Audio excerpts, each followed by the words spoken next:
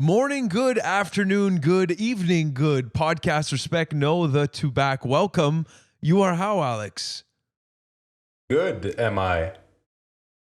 Back you have to good, Alex. Justin, you about how?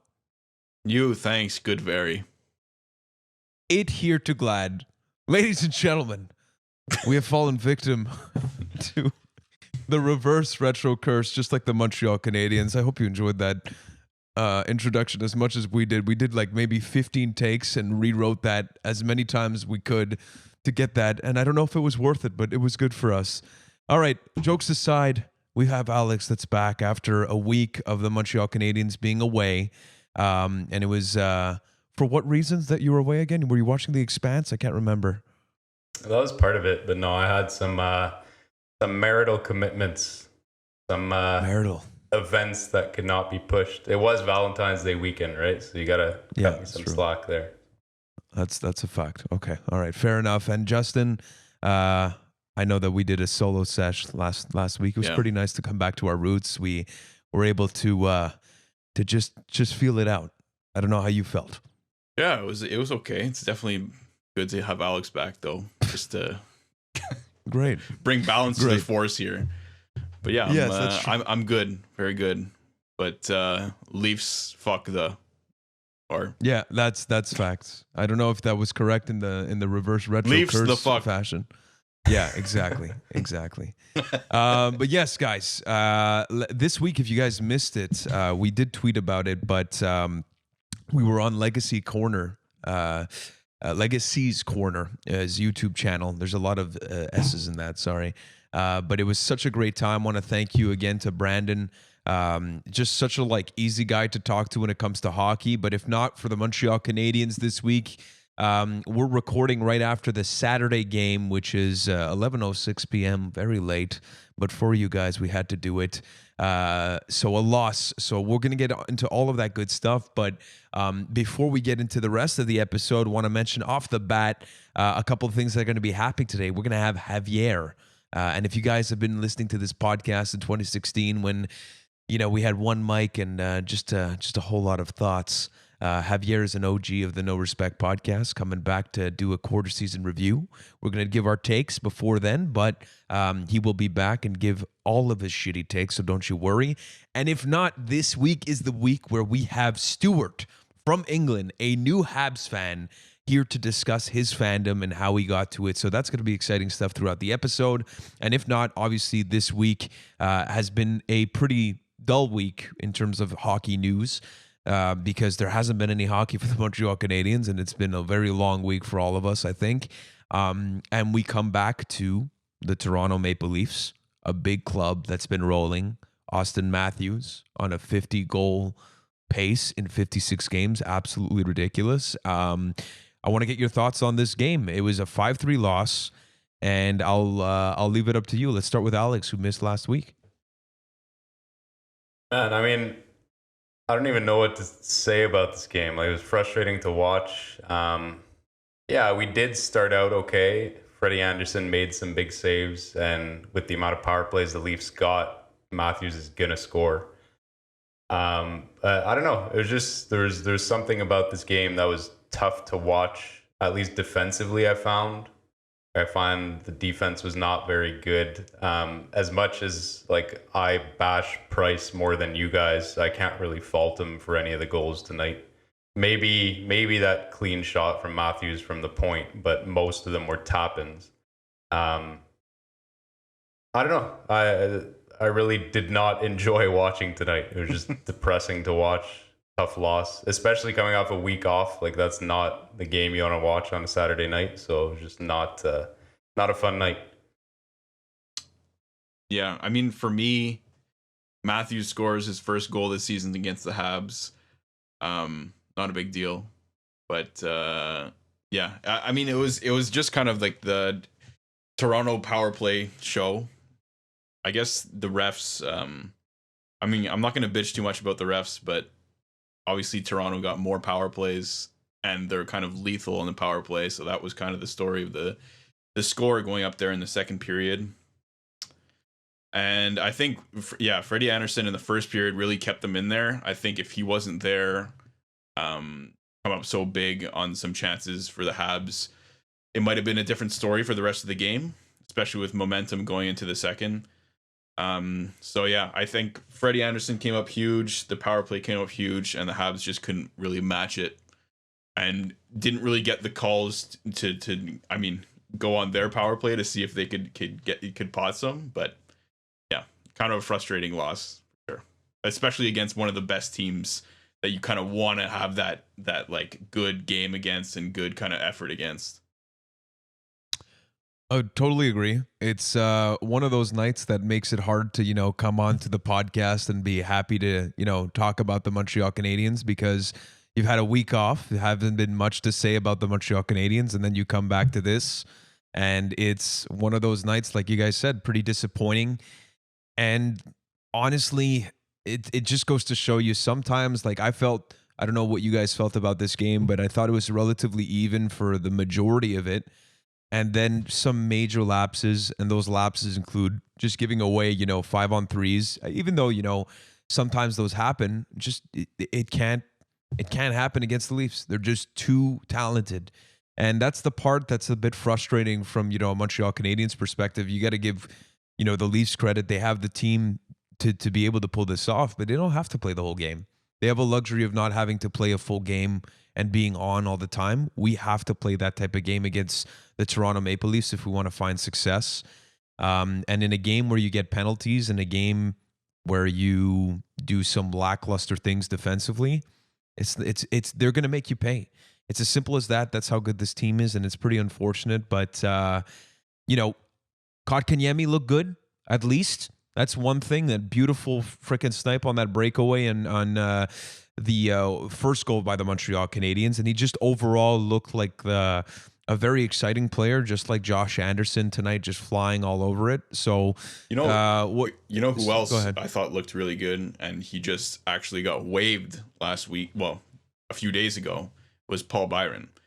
Correct. He had a few chances on that fourth line and scored a goal actually on the breakaway. So I thought he really showed that like he wants to be. Obviously, he had the kind of the statement that he wants to be in Montreal, and he showed on the ice that he wants to be here and he can play here and he can put in the effort to actually like make a difference on this team. So that was at least like a positive to see for him. I agree. The fourth line looked pretty good. I mean, Byron obviously had his goal. Like you said, he had a couple big chances as well. Jake Evans had that huge chance on a 2-on-1 there where Anderson made that big save. Like, unfortunately, he couldn't lift the puck a bit more, but it was a tough reach. The fourth line looked good. Kotkaniemi looked good, which is good to see after he had slowed down a bit from his start of the season. Even the Drouin had tons of chances. Josh Anderson was everywhere once again. Suzuki, I mean, I don't want to say he had a negative impact of the game, but he just looked kind of invisible. And I know we were discussing before the podcast that it's like, where's this guy been the past 4 or 5 games? But I think it's a young guy. It's to be expected. He'll drift in and out as the season progresses, but I think he's still on the right track. But it's that, I don't know, that Gallagher, Toffoli makeshift line. I mean, last game against the Leafs, they won it for us, but I thought they were a bit disappointing. Toffoli scored again, which is nice to see, but I don't know.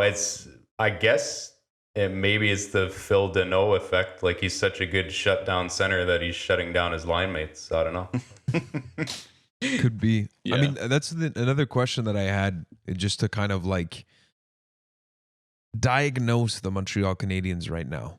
We're going to get into the whole kind of season review. We can get into maybe a couple of players with ourselves, but we want to keep a little bit of shitty takes from Javier, so we'll keep it to that for later in the episode. But I just want to get a diagnosis of what the problem is with the Habs. And Alex, we didn't have you last week, and we were in the midst of it, and we had at least the win against the Leafs last week to kind of subside our worries, especially that it's been a rough patch for the Montreal Canadiens, and coming back from this bye week, this doesn't help.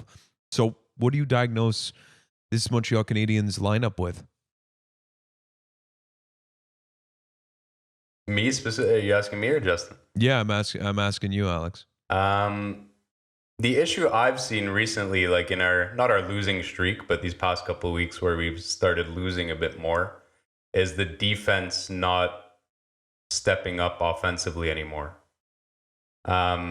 Like even, I'm not saying just point contributions, but just the clean zone exits. Even I know we were gushing over Romanov at the start of the year. I'm not saying it's on him, like he's the youngest guy on the defense. I'm not expecting him to step up, but just Joel Edmondson, I think, has kind of slowed down a bit. As much as he's still been good defensively at the start of the year, he was contributing more to our zone exits or keeping the pressure up in the offensive zone. Petrie, I mean, I can't fault Petrie. He's having an insane season, but he's probably slowed down a bit. Shea Weber, I think, is not contributing offensively as much as we'd want. So I think that's kind of killing our fast-paced transition game that we had earlier in the season. And the first period today, we did have a lot of good chances, and I think there were a lot of clean breakout passes. But that's the main issue I've seen in the past couple of weeks. Justin? Yeah, I mean, for me, you could talk about problems for like this kind of losing habits we've had in the last 5-6 games. I thought this game was the most complete game we've played since probably the first Ottawa game. I think it was just like it wasn't, I wouldn't say it was an overall bad game for the Habs in any way. It was just more of a kind of, we got beat where we would expect it to be beat by the Toronto. Like we become undisciplined, get some calls against us, and then they punish us for it. And their goalie comes up big, which is to be expected. Frederick Anderson is one of the best, is like a top, whatever you want to say, top 10, top 5, maybe not top 5, 30 top 10. maybe. Yeah. let's say top 10, top 15 goalie in the league. So it's to be like, we just kind of came up short, but I thought that this was a more complete game than we've seen. And if I were to put a pin in what is the problem with the Habs this season, to me it's hard to say, because it's kind of a tale of two teams. Like I've saw so much good at the beginning, and then saw like so much stuff that felt like our team last year or 2 years ago in the past 4 or 5 games. So I think it's really just about like being consistent and having lines that can roll. And like, we're seeing now that we have kind of holes in our lines where maybe Tatar is not stepping up, Deno is not stepping up, and that's kind of causing lines not to be as effective as you'd want them to be in the kind of depth-based system where you're rolling 4 lines all the time. So I think it's just kind of finding a balance between our lines and finding the right combinations to really roll those 4 lines and be effective as a depth team. I kind of agree with everything that you guys said, but I feel that this team has been not good ever since, like you guys spoke about, we all spoke about it beforehand, but you mentioned it, Alex, that, Nick Suzuki not being there. And for me, I think that the Montreal Canadiens right now, on paper, we have like this strong team, with our wings kind of set with Tyler Toffoli, Josh Anderson, Brendan Gallagher. I don't have to name everyone because everybody knows. But for me, it's really, I think, the centers. I look at the way that Nick Suzuki has not been as productive. Remember at the beginning of the season, he had a whatever point streak. Those lines were going. He was finishing plays. They were getting on the board. Philip Danault was not, putting up the points, but he had enough of an impact in terms of offensively generating stuff that, Thomas Tatar was there producing. Maybe that's where I'm wrong in the analysis, but even Jesperi Kotkaniemi with Toffoli and Armia, they were getting points. He wasn't scoring, but I feel the fact I don't want to put all the blame on Nick Suzuki here, but it's not on Nick Suzuki, because I just feel like overall our center depth has not performed at the center level that we need them to perform to be the effective team that we need to be. And again, like all of those things that you're saying, like they're totally relevant as well. So, overall, the Habs just haven't been as good as they can be as a whole. But for me, the problem really stems from the middle, because I look at a game like tonight where Austin Matthews is as good as he is, and obviously there's only one Austin Matthews, to the point where like it's ridiculous how many goals he's scoring right now. So huge credit to him. But having a Nick Suzuki being impressive is important to this team, and I just haven't seen that from him in a while. Haven't seen it from Danault, obviously, and I've only seen it from Kotkaniemi tonight, and that was the difference. Like imagine Kotkaniemi didn't have the night that he had tonight. I think it would have been really ugly. Like really, really ugly for the Habs. So that's where I see it being problematic, really, this center depth that isn't to the par that needs to be an effective team overall. Like if Jake Evans is the only guy that's like playing to his level, and that's at a fourth line position and being defensively responsible, that's problematic to me. I think that's where it stems. Well, I think that's kind of like the worry people had about the Habs at the beginning of the season. Yeah. It's like we were relying so much on these two very young centers to kind of be at the forefront of our center position on the team. So it's like, I don't want to say it's coming true, but there's definitely, we're seeing that there are going to be some growing pains with these guys. And I'm not saying that like by any means Suzuki is having a bad season or anything. I think he's doing like the little things decently well. He's still playing like pretty well defensively and stuff. It's just doesn't seem like he has that flair that we've seen in the past from him offensively. He's not playing like a first line center. Yeah, for sure. That's it. He's playing like a really good, like responsible, like two-way like center. Six. Yeah, exactly. But like he's not playing like a number one, and nobody's playing like a number one right now. And that's the problem. That's the way that I see it. Yeah, I agree with both of you. And I think it was either episode 1 or 2, you had asked us, like, what do you see being most, like, what would most impact the Canadiens' success this year? And I think both Justin and I said, like, Kotkaniemi and Suzuki playing like they did in the playoffs, which they did to start the year. And now that's cooling off a bit. I think it's to be expected. Like, they're both super young guys. I think someone was saying Kotkaniemi is still like the 7th or 9th youngest guy in the league right now, which is crazy that he's in his 3rd season. But I think that's the risk Bergevin took coming into the season. And now we're seeing the slightly like worse side of that risk. I still think they'll get back to that level. I think Suzuki at least will definitely get back to that level, and Kotkaniemi's showing glimpses like tonight.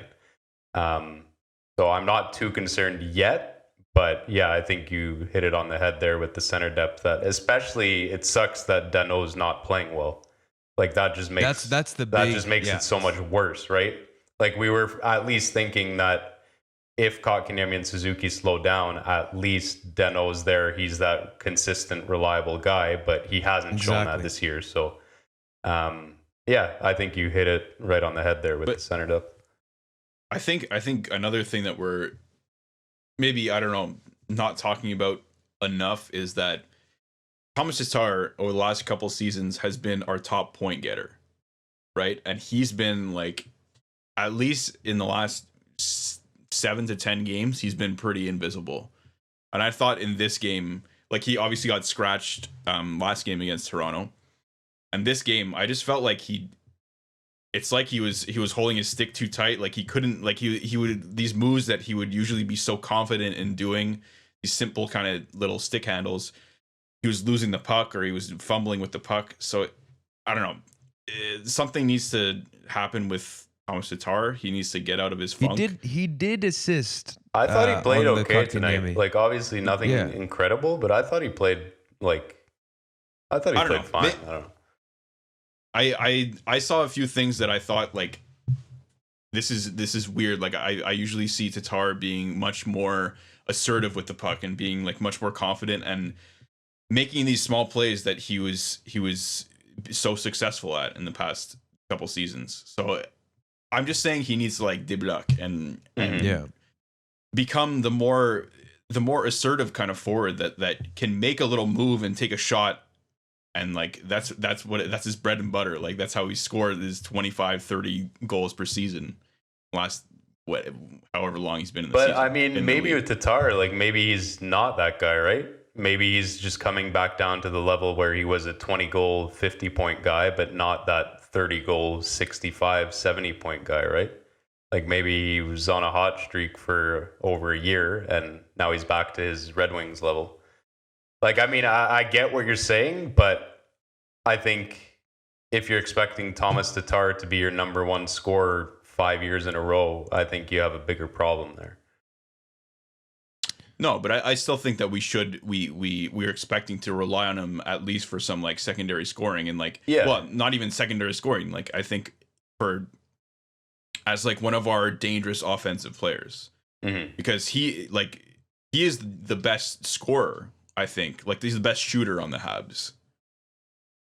Or maybe Josh Anderson now, I guess. And I always forget about fucking Tyler Toffoli because he shouldn't be the best scorer, but he is. But he was a 30-goal scorer. I think out of anybody, he's the one that should be the guy. But I agree with you that Thomas Tatar needs to deblock. That's 100%. A lot of the Montreal Canadiens need to deblock. I wanted to ask on this game once again, and like, do you feel that right now is still a time where the Montreal Canadiens can afford to be patient? Like, how much leeway are you willing to give this Montreal? And I'm sorry, first of all, to everyone listening, that this is seems a little bit more of a downer episode because it's really to the point where the Montreal Canadiens, they're not bringing the same joy and excitement like they did at the beginning of the season. So we're being a little bit more serious here. But yeah, where's your leash here? Is it a short leash? Is it like a medium leash? Like, and who are you? I don't know where I'm going with this leash thing, but like, who is to blame? Is it? Are we coming back to Claude Julien? Are we going back to Marc Bergevin? Like, what do you guys think of that?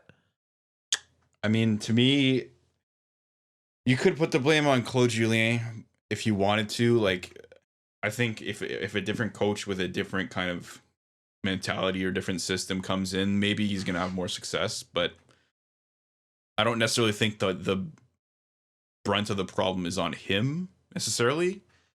But yeah, I think it comes back to kind of the fact that I think you nailed it on the like our center kind of depth and the fact that we're relying on two centers being very young players. And that's like obviously a huge part of our team. And the fact that they're obviously young, they're kind of struggling. That to me is the real kind of problem. And that to me tells me that we should be patient because they are young players and they are the future of the Habs. So we have to remember last year we missed the playoffs. It's not like we're a kind of like, yeah, but we're a different team right there now team. Like I disagree with that. Prove it team. Prove it that you're there. I don't think we're a contender. We're like, no, you're right. That's true. You know, but like, don't you think that we're at a stage where the expectation is now like it's no longer what we were. Like we can't go back to the standards of like, oh, you know, whatever. Like we're a cap team that a team that has a lot of cap. We have all of these draft picks. We still do. We still do. But we're at the stage where the GM, Marc Bergevin, has made the moves to be a more than just a bubble team. Yeah, and I want to understand where you stand there. I just think that we're as much as we've got a lot of pieces to make us more of a kind of playoff team and more of a contender kind of built team. We're still a developing team with young assets.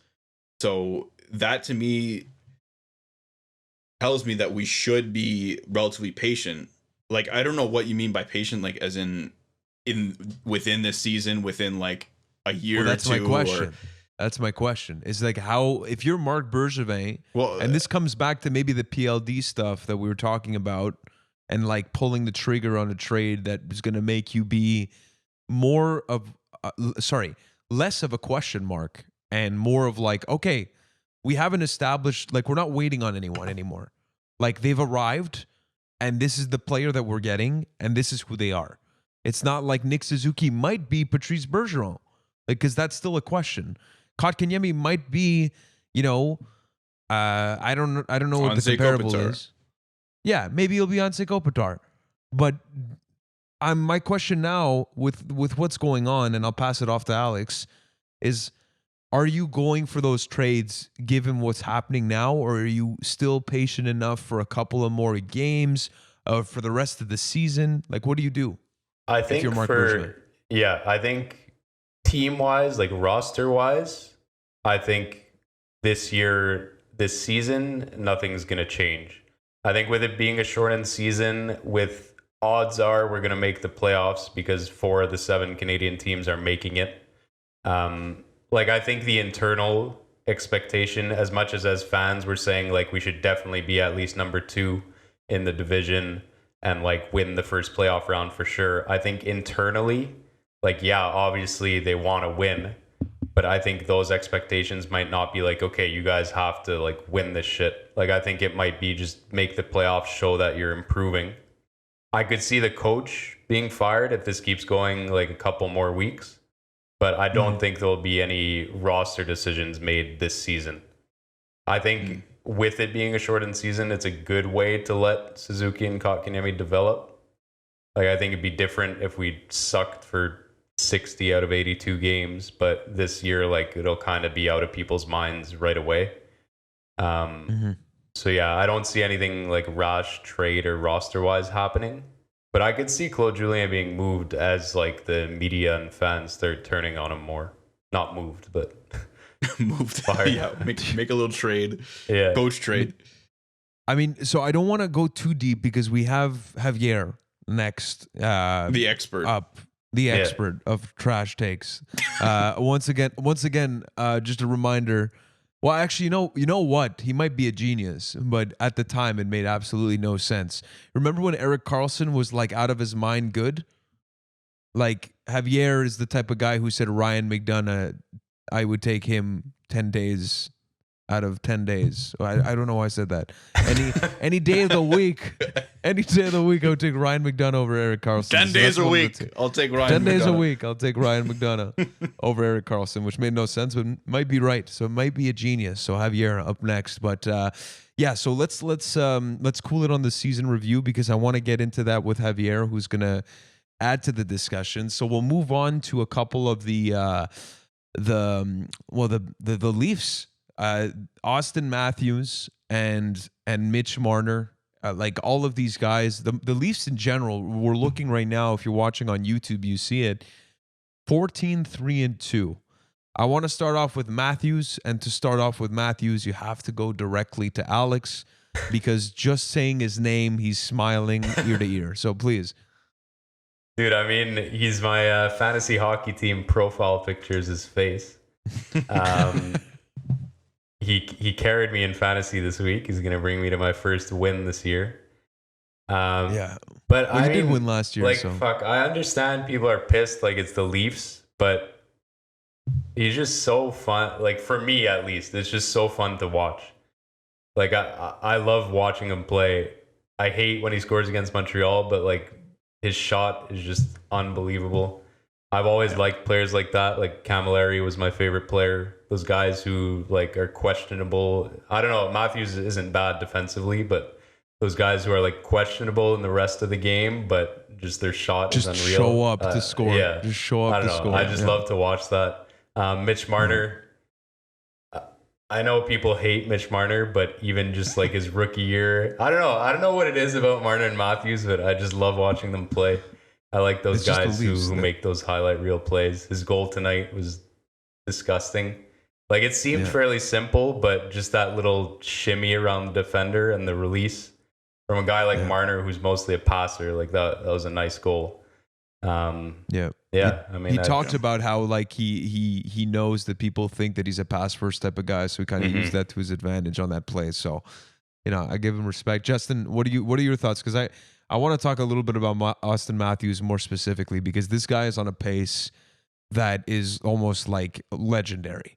Like, Yeah. especially in today's NHL, we're talking about a guy that might have a goal per game pace, which even Ovechkin, like, that's in an 82 game season, he wasn't hitting that. You know, he's still at 50 goals for the most part. So Yeah. that's fucked to be doing that at 56 games. You know what? For me, I'm gonna go on another side of this. I fucking hate the both of them, Marner and Matthews. I can't stand watching them play because they always just dominate the Habs, and it's every time they enter the zone, I'm just like, I'm puckering my asshole. It's like I'm not ready. Like it's insane. Like they're just so dangerous. Like they're such a dangerous duo because it seems like they can always find each other. And if Matthews gets the puck anywhere like between the circles, he can score like on any goalie in the league. So yeah, they're definitely fun to watch. If I was an unbiased fan of hockey in general, they'd be the most exciting duo to watch. And Matthews in particular, just his shot is insane. Like the deceptiveness behind it. It seems like he almost puts his blade like to an angle and then just like pops it up and it goes wherever he wants it to go. So it's incredibly hard to play against. And just to go for your kind of 50 and 50 or 50 and whatever 56 games, I think it would potentially be possible for Matthews to do, but only in the season we're in now, only against a North Division. Because when you talk about like, look at fucking, okay, this is like small sample size for sure, but Tyler Toffoli was like a goal a game pretty much. And when you talk about players playing against the same types of teams and playing in like, we didn't think of it at the beginning of the season, but a weaker division in the NHL, in the North Division, with a lot of teams struggling right now, like the Senators, Flames, Vancouver, and like a lot, kind of some middling teams there that like didn't make the playoffs. It's definitely an advantage for a goal scorer. So if there are records to be broken, I think it's going to happen this season, and it could happen for sure. But I don't think that he'd score 50 and 50 in a regular kind of NHL like a regular NHL season against all 31 teams in the NHL. I understand your argument, but at the same time, like if you look at like a playoff format, right? We all talk about how the fact that like this season is the most playoffy vibe that you can get because you're playing against teams all the time that are the same teams, right? You're going to see Calgary, you're going to see Vancouver, you're going to see all the Canadian teams in our division like 9 to 10 times. Have you felt like that though? Not yet necessarily, but my point is that like that's not the case in the playoffs, right? You don't just like score at will because you play against a team more often, right? So are you talking? I guess the argument is that maybe that there's a lot of weaker teams, and once you hit the playoffs, you're playing against the best, right? So, or the best of that year. Well, so I don't know. Sorry, like just I think to develop my point more, because I just thought of something. It's also like the fact that you're only playing really against 7-ish different goalies. And you only have their books to kind of know and like where to shoot on those guys. So it now narrows it down to like we have to beat this kind of defensive system. We have to beat these kind of players, this kind of goalie, and like fuck the rest. Who cares about the other 24 teams in the league, right? So like, I don't know. Maybe I'm just being like a biased Habs fan. I don't want to believe that Austin Matthews is actually this good. But I think that might be a reason why that he's doing so well now in the North Division, and maybe it wouldn't happen in the regular. Can I just counter this quickly before you step in, Maki? Yeah, go ahead. Okay, because you're saying that like Matthews and Marner, like they don't have to read up on different defenses, goalies, systems, and stuff. But I don't know. I'd compare it to the people at the top of their games in any sport. Like you think guys like LeBron and stuff, or Messi, Ronaldo, they look at like the other team's system and how they're going to get around these certain guys. I think it's the opposite. Like, I think every team has to figure out how to play against Matthews and Marner, and they just do whatever they want. Like, I don't think Matthews goes into a game and says, like, oh, what's, like, yeah, okay, this goalie's tendencies, like, where he's weaker, but he picks where he's shooting, and it's up to the goalie to do something about it. Like, I don't think obviously they practice and they have their coaching sessions and stuff, but I It goes don't off think of it instinct, is what you're saying. Yeah, instinct, and the fact that they're the ones that have to be like coached to play against. Like, I don't think they You're have not, to like, doing their practice playing homework on against everyone guys and like stuff. Edmondson and Weber, right? It's like Edmondson and Yeah. Weber have to go into sessions specifically to figure out how to shut these guys down. Yeah, that's a good point. I mean, for sure, I kind of agree that, like, these superstar players, they don't give a fuck what your system is. They're gonna play their game and do whatever they want. But there's kind of an argument for, like, in sports and in hockey, sometimes, like, certain players play better against certain teams, and we've seen that with, like, I don't know, Thomas Vanek was like a Bruins killer. Like, there's certain players like Tyler Toffoli Jason loves playing Spezza exactly like against the Habs. exactly. So I don't know what I'm saying right now, but, like, what if all the teams that Austin Matthews is good at playing against are in the North Division? No, what I'm saying is he's good against every team. Yo, okay. First of all, I wanted to come Then back. why on his why shot. has he never scored more than 40 in the regular season then? Because he gets Well, last year he sorry, would've. more than whatever. Why has he never been at this pace then? Well, first of all, he's super young. Let's not forget that. That's true. I'm just a hater. he's- I'm honestly just a I hater. know you are. Like, I know. It's literally that, and it's fine. Like, this, the reality of the situation is that Austin Matthews' shot, like, everybody talks about the fact that it's all about deception. And, for those of you who don't understand what, like, deception is in the shot, and you probably do if you're listening to a niche hockey podcast like the No Respect podcast, but in the case that you don't, what deception means is, like, to be able to sell a shot going left, but it's actually going to go right. Or if the shot's going to go right and it ends up just going 5-hole, or putting your body language so that it seems like you're not going to take a shot, but you are going to take a shot. It's all of these little details. And what I feel Austin Matthews does the best is that he's able to, in his mind, in that perfect moment where he's faced against the goalie and he sees an opportunity, not only does he know exactly what shot is going to work, he also knows what deception to use to best get to that shot. I don't know if that's clear, but that's the way that I see him. And plus, he has a rocket. So mixed all of that in one fucking bag, you get Austin Matthews' shot, and this is what I see when I see him score against Carey Price. He waited for that specific moment. I know it looked clean tonight against Carey Price. He waited for the specific moment, whether it was Shea Weber or Ben Sherratt, can't remember who it was, to get into the line of vision and fucking picked it right there. And that's on purpose. That's how good he is. It's just that simple. Like, the one-timer, the way you bend your stick at the end, like, the goalies are looking at that, and then if you use the tip of your stick instead of the heel of your stick, it'll go the other. That's all of these details are in a shot. And this guy has mastered his fucking blade. He's like the dojo. He's been in the dojo of the fucking hockey world and just mastered it. He's black belt. It's crazy. Like, I'm to the point where I want to ask you guys. I'm literally getting erect as I'm talking about it. I understand where you're coming from. I'm coming from Alex, I get it as I'm talking about this. But my point is, like, are we to the point where we're going to talk about Austin Matthews being up there with Connor McDavid? No. I think we have to be. I think we have to be now.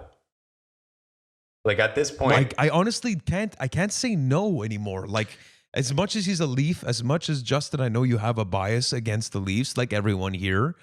Like, 18 goals in what 17 games now? 18. What is it? 18 and 18. 18 no? and 18. Yeah.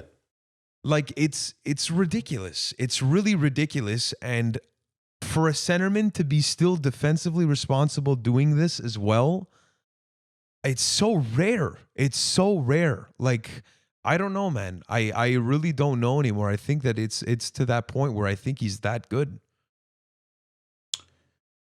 I would compare it, and guys might not be in agreement with this. I would compare it to like when Sidney Crosby and Alex Ovechkin were kind of compared as the best players in the league, and everyone kind of had the consensus pick as Sidney Crosby is the better kind of like hockey player overall, and Ovechkin is the better goal scorer, right? So I'm not saying Connor McDavid now, like he has some defensive woes. He's not great on the faceoff. The rest of the game is close to perfect. So I would see it like that. Like he's close, but he's not to the point where he's like the perfect hockey player. But I mean, he could become that. Like I don't know. Like he could become like the best player in the world. But I think it's gonna be like the tier list is gonna be like Connor McDavid, and then under that gonna be with like, I don't know, I guess Sidney Crosby's not so far in that conversation anymore, but like Austin Matthews, Nathan McKinnon, and whoever else. But then I don't think Connor McDavid's ever gonna be touched because he's just insane. No. It like his speed and everything about his game is just like perfect. Yeah. No. I think everybody can agree that Connor McDavid is like, in terms of his just athletic ability and the way that he plays the game at a speed that nobody can touch, makes that he's the greatest player right now. But yeah, I really like that comparison of like the Sidney Crosby to Ovechkin, because it's like the goal scorer versus the Mr. Hockey kind of thing. But the one thing that I will say about Austin Matthews, and I bring that back because I mentioned it, is the fact that he's a center.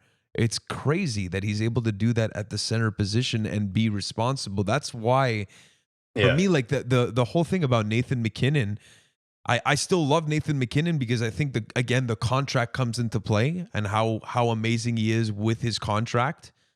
So that's a factor. But I know that we're a Habs podcast and we're talking a lot about Austin Matthews, but to be honest, it's worth it. Like it's you know, as a hockey fan, you've got to respect talent, and I just don't know. I just don't know if it's going to subside or if this is just like it's going to keep growing for Austin Matthews. And Alex, I'll let you maybe finish up this part of the show on that note. What do you think? Is this like the plateau, or is he just going to keep getting better? I mean, it's hard to say. Like, obviously, you never know, but he seems to be getting better at maybe not like an exponential pace, but he is consistently improving. Like you said, it's crazy for a guy to score this much while being good as a center. Like that Crosby Ovechkin comparison. Yeah, Ovechkin was the scorer, and he used to come up with those highlight reel plays at the start of his career, scoring goals on his own, right? But he didn't cover defensively, and that was a huge issue for Washington finally winning, was when he started playing more defensively. But his goal production came way down at that point. And I think now the goals he scores are like all the same setup on the power play, Ovechkin, right? Whereas Matthews, yeah, okay, he gets 7 feeds per power play to try that same shot. But he has that ability to score from everywhere that I think Ovechkin might have lost when he started focusing more on the defensive game. Whereas Matthews has that, and he's 4 years into his career. Yeah. I wouldn't be surprised if I know we're all saying Ovechkin is the greatest scorer of the generation, maybe all time, probably all time. I would not be surprised if Matthews is there in 10 years. Yeah, it's just a shame that he's going to probably head over to Arizona after his contract's done. No, it's not a shame. That's a fucking blessing. That's a joke. It's a joke. No, I hope he goes to Arizona. I think he will. I hope he does. 100% will. Get the fuck out of our division. Honestly, though, like he's talked about how proud he is being from Arizona, watching the Yotes, watching Shane Doan, all of those guys. I honestly think that it's going to happen. Like, no doubt that he's going to be a Yote, and it's going to be great for that franchise that has been going through pretty lull time for quite some time since Chayka was the general manager and then ditched them. So, anyways, the thing I fucking hate the thing I fucking hate about Austin Matthews, not him at all, not him being a hockey player, the fact that Toronto got him out of the sheer fucking luck of the draw, out of the lottery, and not to mention they stole him from Phoenix or Arizona, sorry, who got the next pick, right? Or I think it was the next pick. Well, they were in the running. Yeah, that's it. Exactly. Okay, sorry, but they were the worst team that year, weren't they? Or they were one of the worst teams.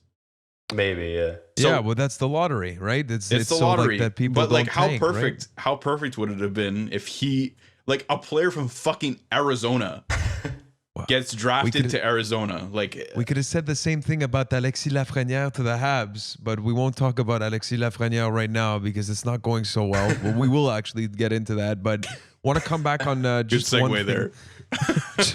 Just want to come back to the fact that this week during the bye week, Paul Byron getting waived, and you spoke about it a little bit earlier, but I wanted to talk specifically about his comments, and I'm going to paraphrase here because I don't have the exact quote, but I think it's worth talking about. He said that basically he didn't want to go and have a fresh start. He wanted to stay here, and he saw starting this season. He saw how good this team was. Everybody looked around the locker room and they know how good that they could be, and he wants to win here. Obviously, shows up tonight, has a great performance. I think one of the few players that really kind of stood out. Like, he used his speed, he was cutting to the middle a lot more. All of those things that, you know, the classic things that work that people, I don't know why, but they forget sometimes when they're in a slump. He was doing those things.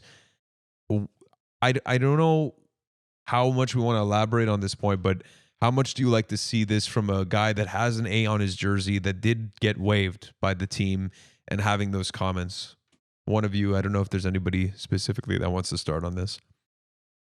Well, I think for sure, like, the guy is an assistant or an alternate captain, right? Like, or I guess, I don't know if he got it removed or whatever, but I think the guy, like, lives to play in Montreal. The Montreal gave him his chance at playing in the NHL.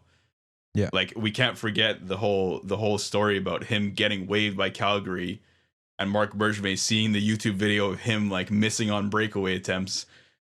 Thank you, Galaxy, and and him getting picked up by Montreal and giving him a chance, and he got 2 seasons in Montreal with 20-goal seasons, which is like insane for a player picked up on waivers.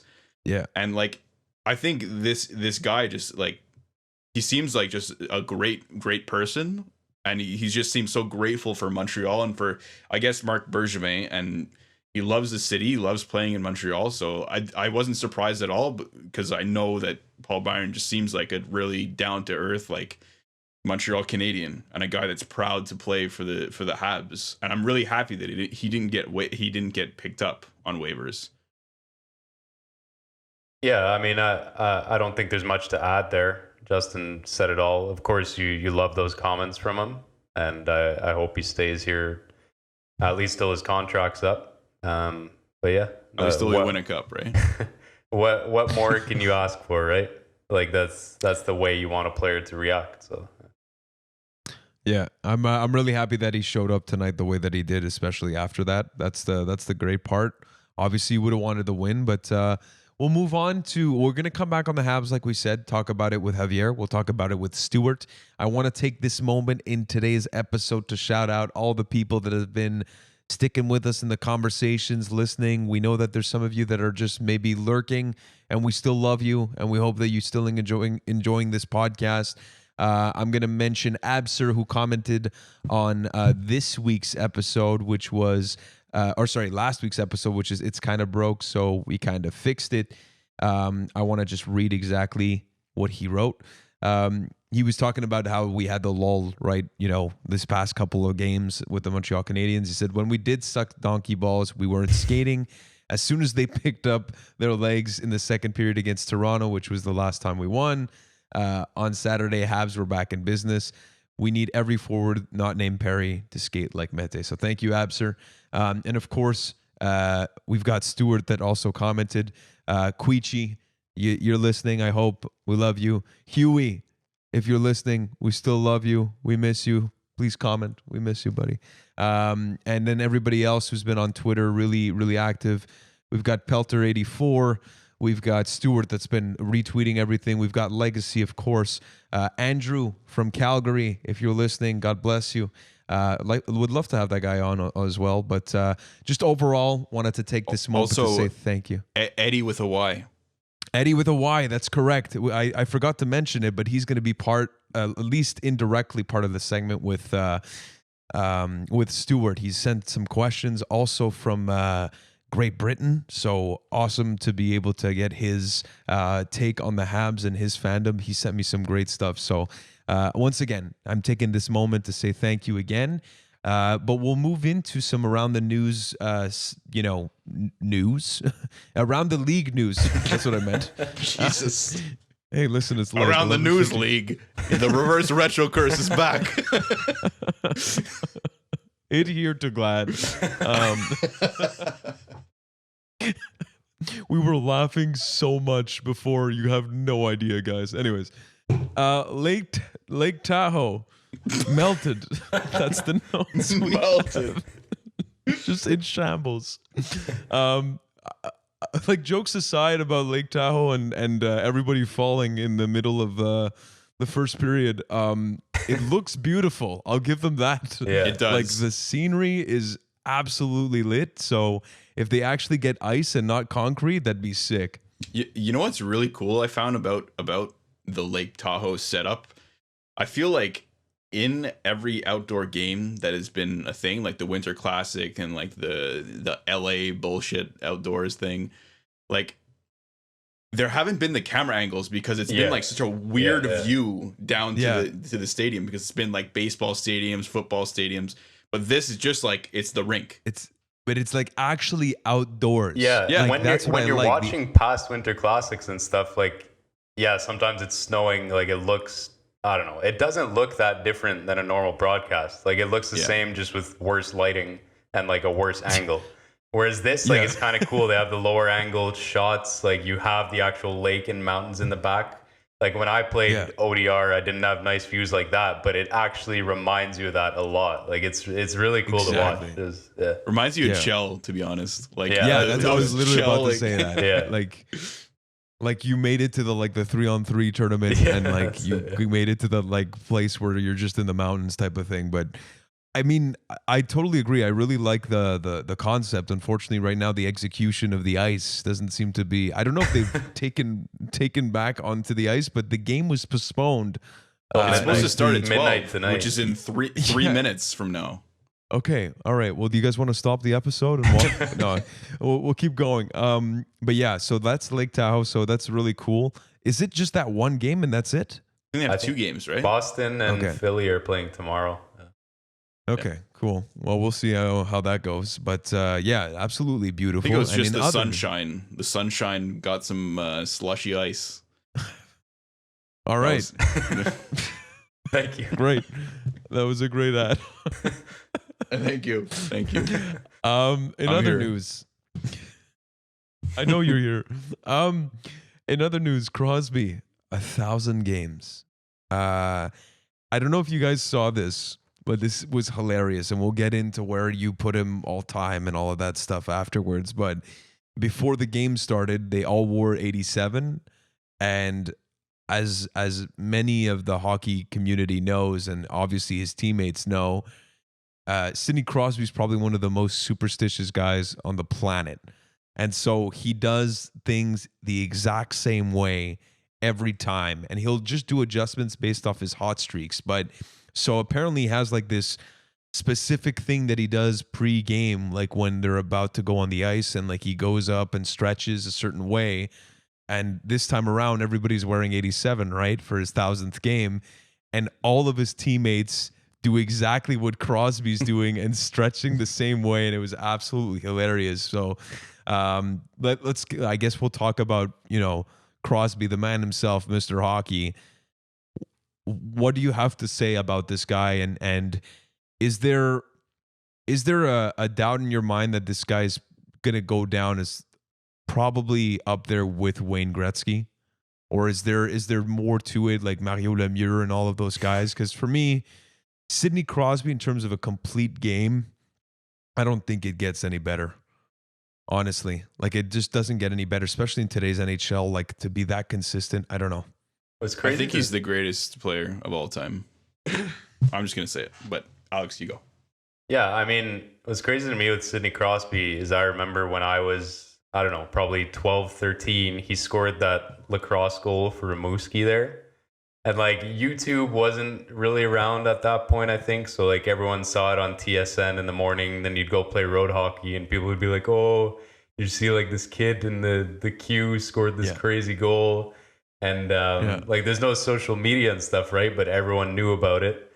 And then I remember when he got to the NHL, I don't know, it must have been maybe like 5 games in or a week in, Pittsburgh came to the Bell Center and he scored that shootout winner. And there's that famous call there, welcome to the Crosby Show, Canada. Yeah. And I'll never forget that call. I don't know. It's just, and it's crazy to think now it's 1,000 games, even after all his injuries and stuff. And like, it's coming to an end. I don't know. It makes me feel old, like almost emotional about this. I know. I never really like loved him as a player. Like obviously I appreciate how good he is and like crazy how successful he's been. But just it's coming to an end, I guess. We're getting there. And I agree. No, it'll have maybe five more years, maybe more than that. But I don't know. It's just like it's hitting me now that it was so long ago that you heard this kid's name. And now it's like he's getting towards the end of his career, right? Yeah. So as Alex gets the tissue there for that touching recall. No, but I totally agree. Like I remember the same thing as you. Like I remember where I was when I saw that goal on Jose Theodore, like in the shootout. Yeah. And I was like, what the fuck was that? And I mean, I think he is. Let's say, like, if he were to play at the same time as Wayne Gretzky, I think he would obviously, like, I think he would be, it's hard to say. Like, you can't really say, but I think he's the greatest overall player of all time. Because he has just such a complete game where, like, every aspect of his game is as good as it can be. And you can say, like, oh, he's not the best shooter, he's not the best this, he's not the best that, but as a complete all-around player, he's, I think, the best player, like the best player of all time. The one thing I wanted to say about that, because like, he's not the greatest shooter or whatever. Like, I feel like Sidney Crosby, like had to adjust his game to be the most effective all the time. If that meant that 1 year that people like knew he was going to pass first. I remember there's 1 year that he scored like 50, right? Yeah. There's that 1 year where like, oh, he's never going to hit 50. Yeah. And then after that, like he did hit 50, like no problem, like not even a chance. And like, it's just, I feel like he knew exactly what to do, because when you're Sidney Crosby, let's not forget, you're not just Sidney Crosby, like doing whatever the hell you want. And like, people are like, yeah, go ahead. Like, it's like everybody knows you. Everybody every night is going to go their hardest at you. Like that's the other part of being a talented player. Like it's not just a question of you putting your skills to be that good. It's being able to adapt to how people adapt to your things and be able to be effective in other areas of your game. Like, why do you think he's good at his like one-handed backhands? Like, it's because that was what he needed to do to score in those situations, because everybody knows that he could score on his forehand. Like, that to me is the most impressive part of Sidney Crosby. And I see him adapt his game year to year, like almost. It's like, well, this year they're covering my forehand, so I'm gonna just start scoring on my backhand instead. And like, then they're like, what the fuck? How are you this good on your backhand? Like, and I don't know. That's the part that's really the best, is that he knew how to adapt his game. Like, he was like, again, coming back to your point, that he was so complete that he just pivoted his emphasis, like points of emphasis in his game. I think, and he became the effective player. Touching on that too, I think, like you said, his adaptability, not for himself too, but just with teammates. Like, let's say the season where Pittsburgh acquired Marian Hossa there, and he's like, oh, well, I have a scorer now. Like you said, he'll be a pass first guy, and he'll get those passes across. But then the next season where their team's decimated and it's just him and Malkin, then he goes and scores 50. Or when Malkin is playing out of his mind, he's like, okay, well, I'll take on the more defensive role. We'll let Gino do his thing for a couple months. And then when Gino cools down, then I'll step in, right? And yeah, it's just crazy, like how well he can mesh with whatever player shows up. Whatever winger you put on his line is gonna score 20. I'm sure he got a few guys some big contracts there. Who was it? Chris Kunitz, who made Team Canada because he was playing with Crosby, right? Like it's literally. It was just a question of chemistry. Like. And it was probably superstition, not even chemistry. It's like Kunitz has to come with me. Like, I usually lick his ear before the game. Like that's just part of my process. That. Like, but not to mention also that like being a superstar like Sidney Crosby, like Austin Matthews, even like any superstar in the league, you're playing against the opposite team's top lines all the time. Like every single team you play against, you're playing against the best players in the world. So like that just goes to show like more so how good this guy is, because he's playing against the best defensive players in the league and he's still this dominant, and he's playing defensively well against the best offensive players. So it's like I don't think it's necessarily a debate how good he is now. How good he has been. Like there could be an argument to say that like Connor McDavid is going to surpass him in terms of points or in terms of whatever. But I don't think there is a player in the league now that is as complete as he is. I mean, okay. Sorry, one more thing just to say. He also has 3 cups, 2 Olympic golds, World Junior gold. Like he has every single fucking gold medal or cup you can think of. That's what I was going to say. Because if McDavid might get more points than him, but if McDavid doesn't win, like Crosby, some of those Pittsburgh teams, like, they had Malkin, Letang, but it's not like they were all-star rosters like Detroit of the early 2000s and stuff, right? Like McDavid has Draisaitl, but if Edmonton doesn't win, then you can't put him on that level. Like Crosby's proven it at every single level. But the thing is that like every player that's played with him, like the James Neals, the Chris Kunitzes, the Jake Gensel's, like I don't know if Colby Jake Armstrong. Like I don't know if those players are the players that they are today without playing with Sidney Crosby, to be honest. Chance. Exactly. No chance. Sure. And like Jake Gensel scored 40 and like nobody knew him. Like it was just out of nowhere. Like obviously you need to be a certain type of player to be able to do it, but I just think it helps that you're playing with Sidney Crosby. Mm-hmm. Like if Jake Gensel was playing with Evgeny Malkin, I don't think that would have happened, you know? There's a reason, and it's crazy. I don't know. It's sorry. It's like how Austin Matthews would be shit without Mitch Marner, right? No, coming back. I'm obviously kidding. This guy is just a hater. But yeah, it is crazy though when I think of going back to what you were talking about. Like I know exactly what video you're talking about. I'm pretty sure like the song that was on it was like right here, right now, right here. You remember that song? Like anyways. and now he's 34 and he might become a Montreal Canadian. Actually, we booked it already. So confirmed. Actually, to come back on those comments is that Crosby basically denying the fact that he would be moved anywhere. He loves playing in Pittsburgh and he's totally fine being, with Pittsburgh for the rest of time. So kind of squashed our dreams. Nick Suzuki, Karl Pashowski, who was another listener who said that he was on board with the Nick Suzuki for Sidney Crosby trade. It's not going to happen, unfortunately, Carl, so I apologize. It's a no-respect guarantee that's, again, not a real guarantee. So anyways, moving into another child prodigy, or maybe not, Alexis Lafrenière. The worst start for a first overall since Patrick Stefan in 1999. In 2000. Your thoughts on if this is the biggest bust of all time, or if everybody is overreacting like normally. Alex, I'll start with you since you wrote this. Yeah. You remember that Patrick Stefan highlight? That Dallas against Edmonton game there? Yeah. The missed empty netter. And then I think Alex Hemsky scores it back the other way. Yeah. Habs legend. Yeah, I don't know. I mean, he scored again today.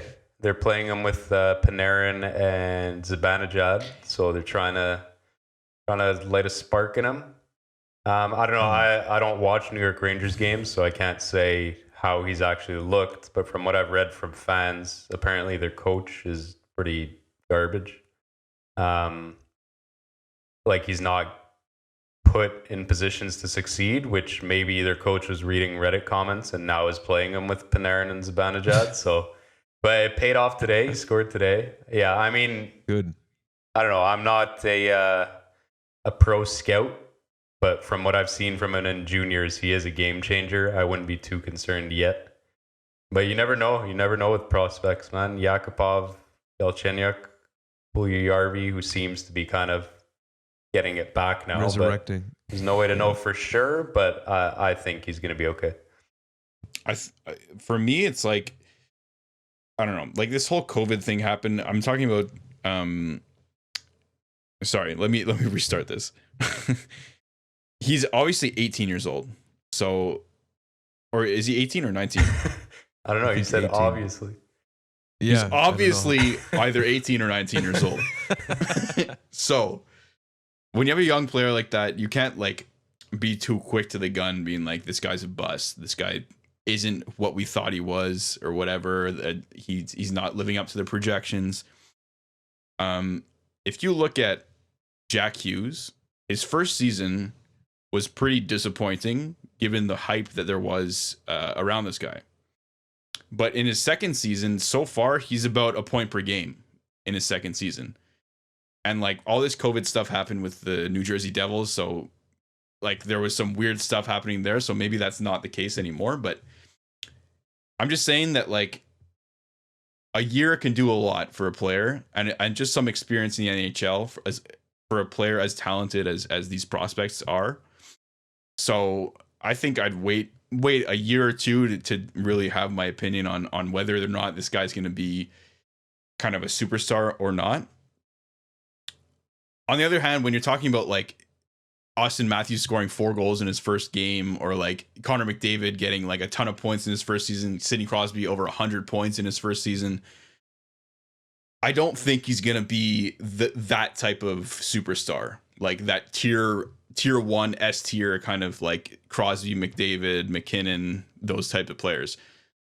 But yeah, I mean, all in all, it's too early to tell. But yeah, it's. I mean, I just wanted to bring up the fact that there's also like some players such as we mentioned Zibanejad. Zibanejad's not playing well right now, and another youngster is Capocacco. The Rangers have been fortunate to like be picking pretty high the past couple of years, and they get Capocacco and Alexis Lafrenière. Alexis Lafrenière is a -7 with 2 goals now. 2 game winners though. Yeah, GWG, first overall pick in our fantasy draft.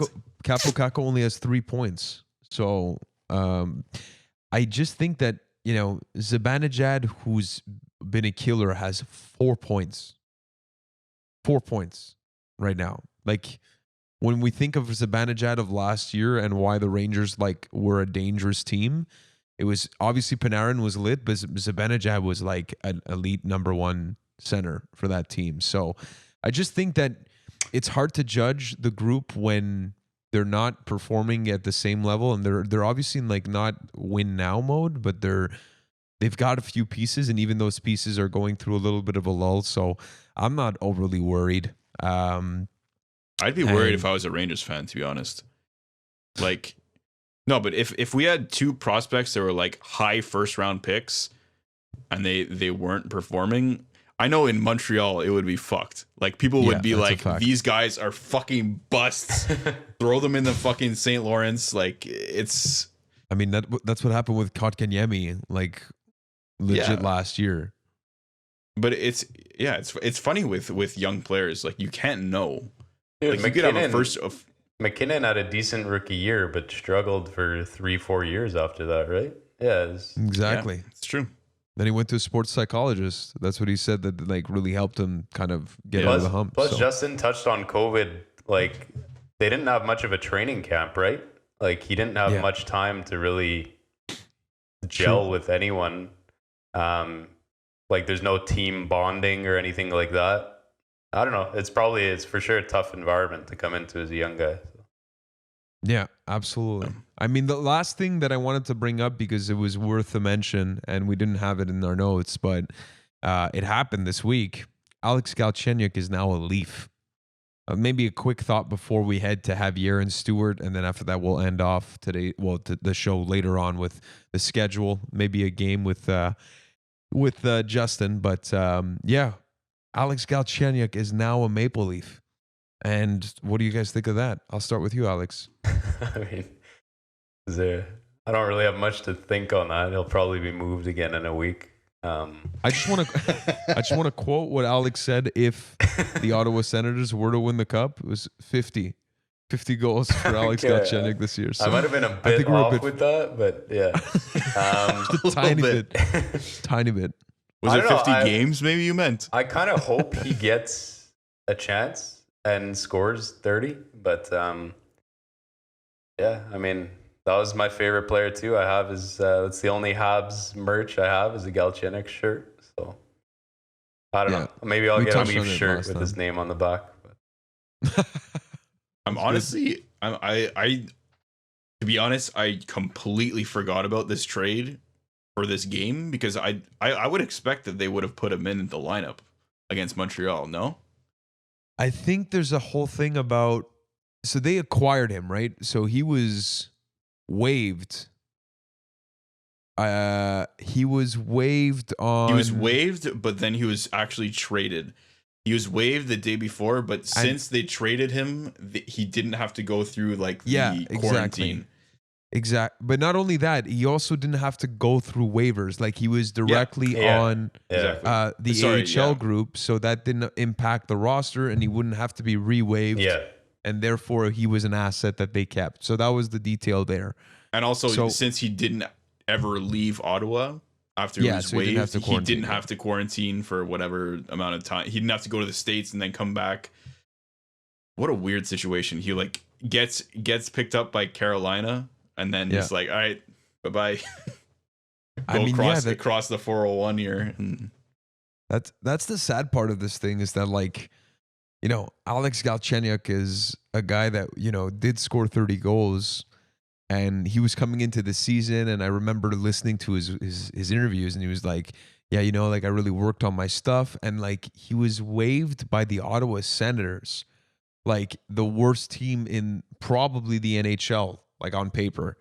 So it's not to be mean, like, it's just like a question of like, how much can he resurrect his career this season, and is it the type of player that might be best suited to go overseas, go to Russia, and then maybe come back later on and get in some reps? Maybe he needs that reset, because we've seen it before where, like, you know, I don't know if it's a real comparable, but the defenseman from Calgary that used to be on the Habs, what was his name? Nestorov. Nestorov. What about a guy like Radulov though? True. Like, I could definitely see that situation panning out for him if he goes to Russia, gets a little bit more of his, you know, confidence and swagger back, and he comes back as a 30-year-old and could potentially be a real force, because he has the talent. I just think he needs the reps, and I don't know to what extent the reps are going to be in an environment like the AHL. I don't know. I could be wrong. It could happen in the AHL, but he could make probably more money in the KHL. So we'll see what happens. Just wanted to bring it up, is Alex Galchenyuk. I think the problem with Galchenyuk is that when he's not on the puck in the offensive zone, he's not doing anything good for your team. Like, that's just a fact of his game. And even in the offensive zone, you're not sure. Like, that's the other thing. Like, he doesn't have that threshold of being like this good that it's worth it for the kind of lapses in your game, the rest of your game. Exactly. Anyways, well, the jury's out. We'll see what happens. But without further ado, our first guest is up next, and it's Javier, an OG of the No Respect podcast. And we're going to do a review with him. It won't be too long, but we will review.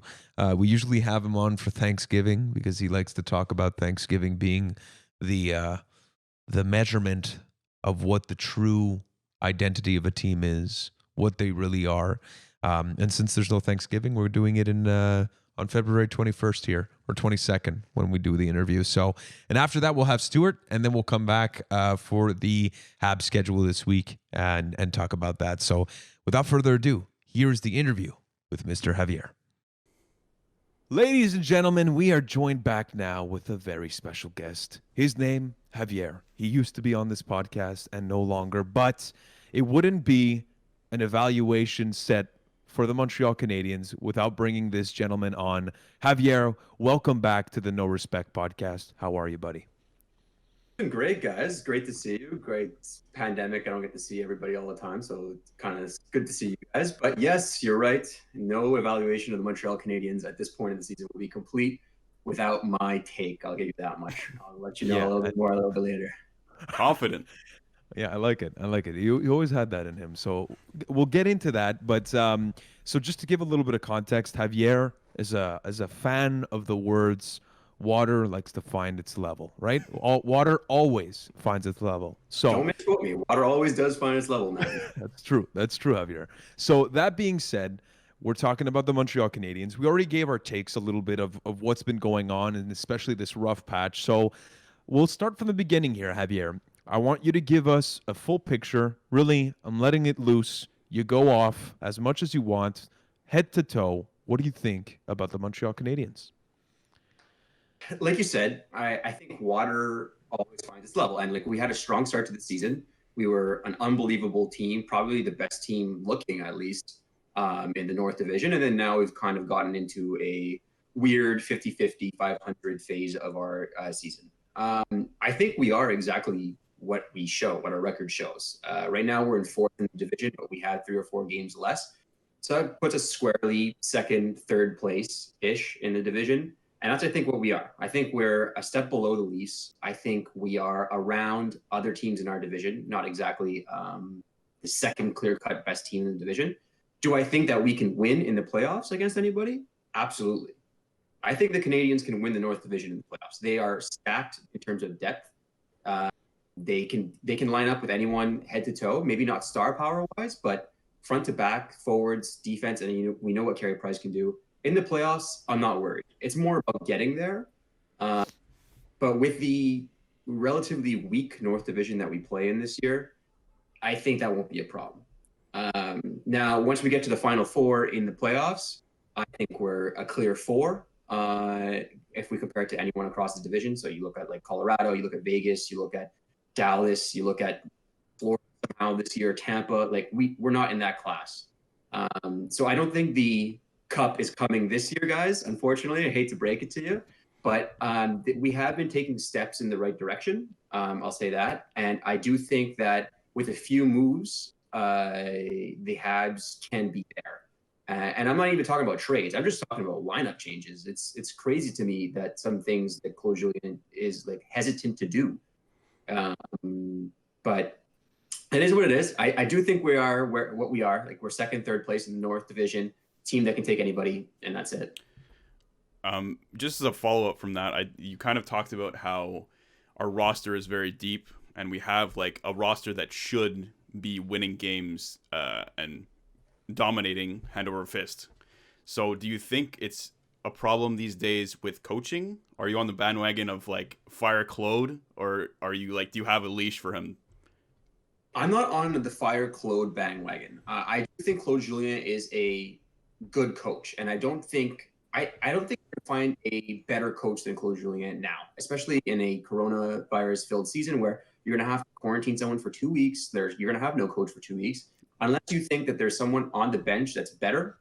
So Kirk Muller, I forget his Dominic Ducharme, maybe bringing up Joel Bouchard from Laval. Unless you think one of those guys is better, clearly, than Claude Julien, enough to swallow the cost of his contract, there's no point in firing him. So I don't see that happening at all.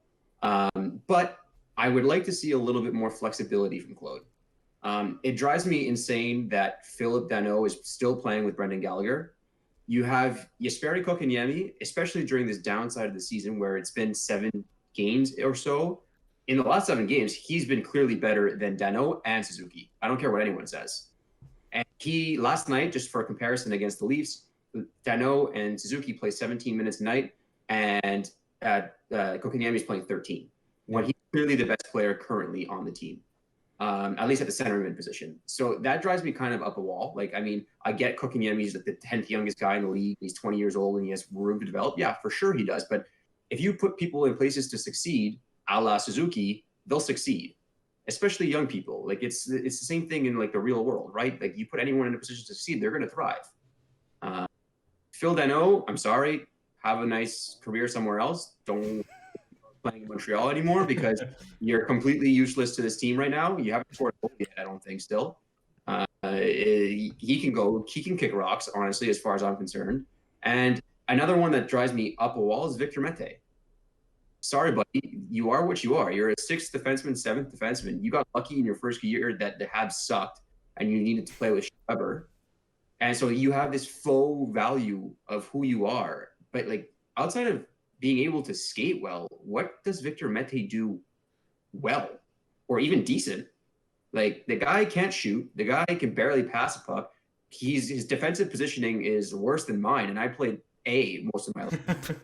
So like Victor Mete, like I don't care if you want to play or not. Like maybe you want to try value, but that's not Marc Bergevin or Claude Julien's job to do that for you. Like, I mean, if you came into games and you were clearly better than Brett Kulak or Alexander Romanov, then sure, play games, but you're not. You're terrible. And sorry, I know he's a fratel of yours, Amaki, but like, Yeah, for sure. I mean, you're hitting the fratel pretty hard right here. I'm not gonna lie. Listen, I just hate as much as Marc Bergevin and Claude Julien say it's not. He didn't get into a game because of his agent's request. I mean, the line, like not the timeline, kind of points to that. Like clearly, that they got him into a game because they felt bad that they promised him something at the start of the season and they hadn't been delivering on it. But who cares? It's professional sports, man. Like if you're going to be a baby about not playing in the lineup, then do something about it. Look at Paul Byron. Paul Byron's a perfect example. The guy got put on waivers, could have been claimed by someone else, came out in the media last week or whenever it was and said, hey, the reality is I'm the 12th, 13th, 14th forward on this team. Yeah, I'm making $3-something million a year, but the reality is I'm the 12th, 13th forward. So I'm going to bust my ass and I'm going to show you why I should be the 12th forward and not Michael Frolik and not whomever. Against Toronto Maple Leafs scores a sick goal. Like, you know, like you gotta have a certain level of you gotta build a certain level of credibility. And Victor Mete, when he plays, he's just not that. Like, one thing I want to just jump in, sorry, very quickly, because I wanted to say that for me, there's one difference to make for me is that Paul Byron is a veteran and Victor Mete is still young. So that's the one thing that in what you say, I feel is a little bit kind of lacking that context for a Victor Mete. But do you have your take. Cup or not? Sorry? Do you want to win a cup or not? I do. Of course. You know me. I've been planning the parade since we've started the fucking podcast, Javier. Exactly. But like the way I see it, like we're no longer in let's put the kids out there and let them play mode. You're right. You're right. We are in if you're a young kid and you can play, you'll play. If not, you won't. Yeah, that's a fact. Sorry, Alex, I cut you off there.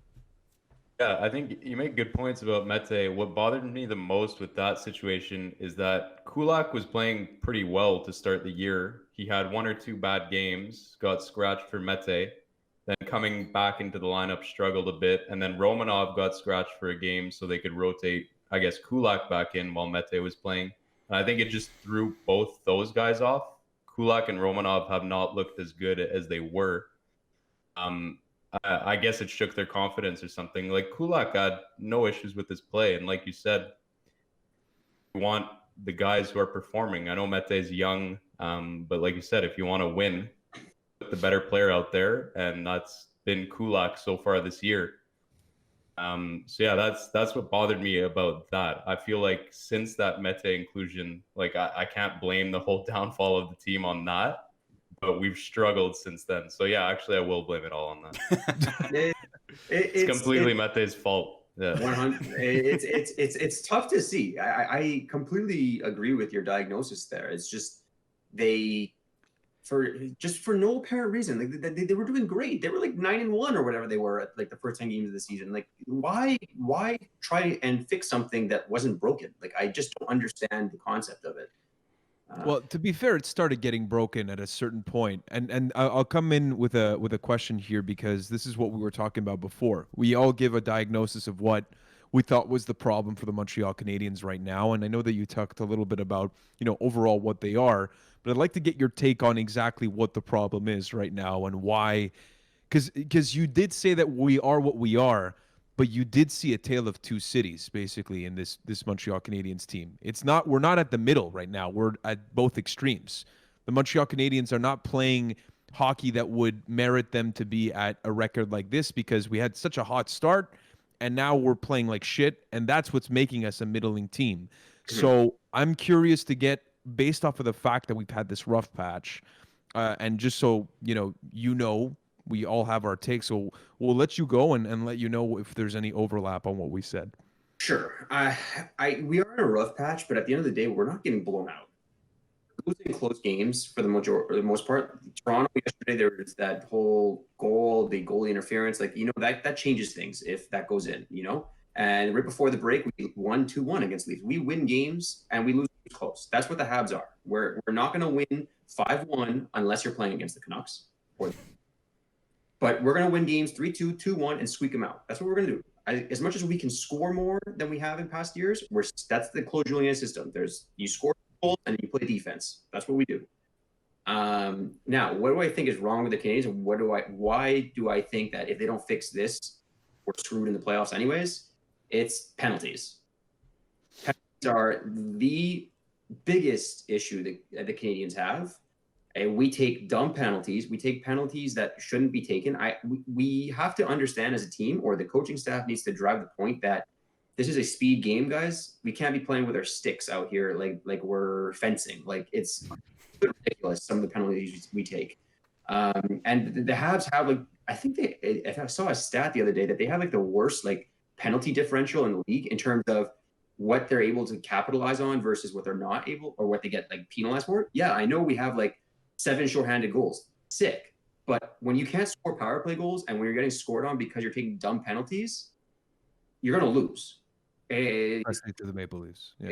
Exactly. You're going to lose. Especially to the Maple Leafs, especially to a team that has top level talent that's just going to score on you no matter what. Connor McDavid, Leon Draisaitl. You see it all around the North and you see it all around the league. The depth is only as good as you make it. We're 5-on-5. We probably can go toe to toe with anyone in the league. The second we're 5-on-4, forget it. And that's the biggest issue all year. I know people call for the refs' heads, but the refs are the same for everybody, guys. There's no one out here being I hate the Canadian. I'm sorry. If it was Chris Lee still, I'd have an issue. But it's not Chris Lee anymore. So we can't blame the refs. They're calling it spade to spade. It's very clear the NHL wants a good product in a coronavirus-filled season for a new TV deal in the States. So they want high scoring. They want 6-4. They want all that. We're not going to be able to play lockdown hockey and win. I'm sorry. But that's the way I see it. Yeah, I kind of totally agree with the fact that we kind of, our special teams fucks us. Because we saw in the Maple Leafs game, they scored 2 goals in 15 seconds on 5-on-3 and then a normal power play. And then we scored 2 goals in 23 seconds at 5-on-5. So we can fucking do it on 5-on-5. We can do whatever we want. But if we're always in the penalty box, we just can't win games. It's as simple as that, I think. Alex, one thing I want to touch on. Good. Yeah, I want to touch on the penalties. Not necessarily that this is my take, but something I've read that kind of made sense to me, at least brings up the question that when we were taking all those penalties to start the year, and it's come back up a bit these past couple of games, but that was when our defense was playing more aggressively, finishing those checks in the corners, making people like think before entering the zone or dumping it in and getting into the corner. I found the defense was playing better, even though they were taking those dumb penalties. And I feel like there was a dramatic shift to, we have to stop taking these penalties. People started playing a bit more timidly and more like backing off the guy, giving people more space to try to avoid taking those penalties. Now, I'm not necessarily saying that's my take. Like, I agree with that 100%, but more like it made me think about it afterwards that there may be some truth to this. I don't know what you guys think. I personally disagree with that. Like, I think that the problem with the Montreal Canadiens, especially at the beginning of the season, was the fact that they were like you said, they were like fencing. They were like battering people with their sticks, and that's what you want to do when you're a mean decor. Obviously, they've had to adjust, but when you look at the amount of hits that this team still gives out, it's pretty indicative that they're not timid. I think as a whole, though, there has been obviously a decrease in the quality that you expect from the decor, and maybe they're coming down to the level that they're supposed to be. Everybody's up in arms with the Sherratt-Weber pairing right now. I don't know if we want to continue on this, because what I wanted to ask Javier, and you can maybe answer both, is the next question for me is, like, what are you doing if you're Marc Bergevin? Are you standing pat? Are you going out seeking a trade? We've talked many a times, me and Javier, about the window, and we've had disagreements about how long this window is. It seems as if, though, I don't want to say that I was right, but the whole thing was Carey Price and Shea Weber were in it for the long run. All right, let me just stop you right there. You were never right. Oh, I was You very were much never right. right. Okay. You were sold on the Alex Galchenyuk being. Oh no! Stop it! I was not You were, sold. oh, Max, I don't had give me this. beliefs. This is I 4 had or 5 beliefs. years ago. You thought we were going to win a cup 2 years later. It's 3 years past due on your predictions. Listen to me. Give I that and said you were right. I said that the window was longer than you thought. You said there was 2 to 3 years. Okay, But this is a don't second fucking window. lie to me. This is a different window. Oh, it's The a second we had window last now. time- It's the back window. Yes. Oh, it's Correct. the back window. I didn't know that there was a second window here, guys. Fuck. Guys, Anyways, let's be honest here. The last 2-3 years, there was no window. We weren't winning anything. No, you're right. But the point was, okay. Anyways, I'm gonna let you talk because Yeah. I'm gonna punch through this fucking screen. Javier, Javier, miss me on the podcast? oh, I fucking hate it. Javier, tell me, if you're Marc Bergevin, what's your next step? That's what I want to know. Are basically what I said before. Go ahead. Not to get all TSN analyst on this, but I think if you're Marc Bergevin, you have to believe that the answers are in the room.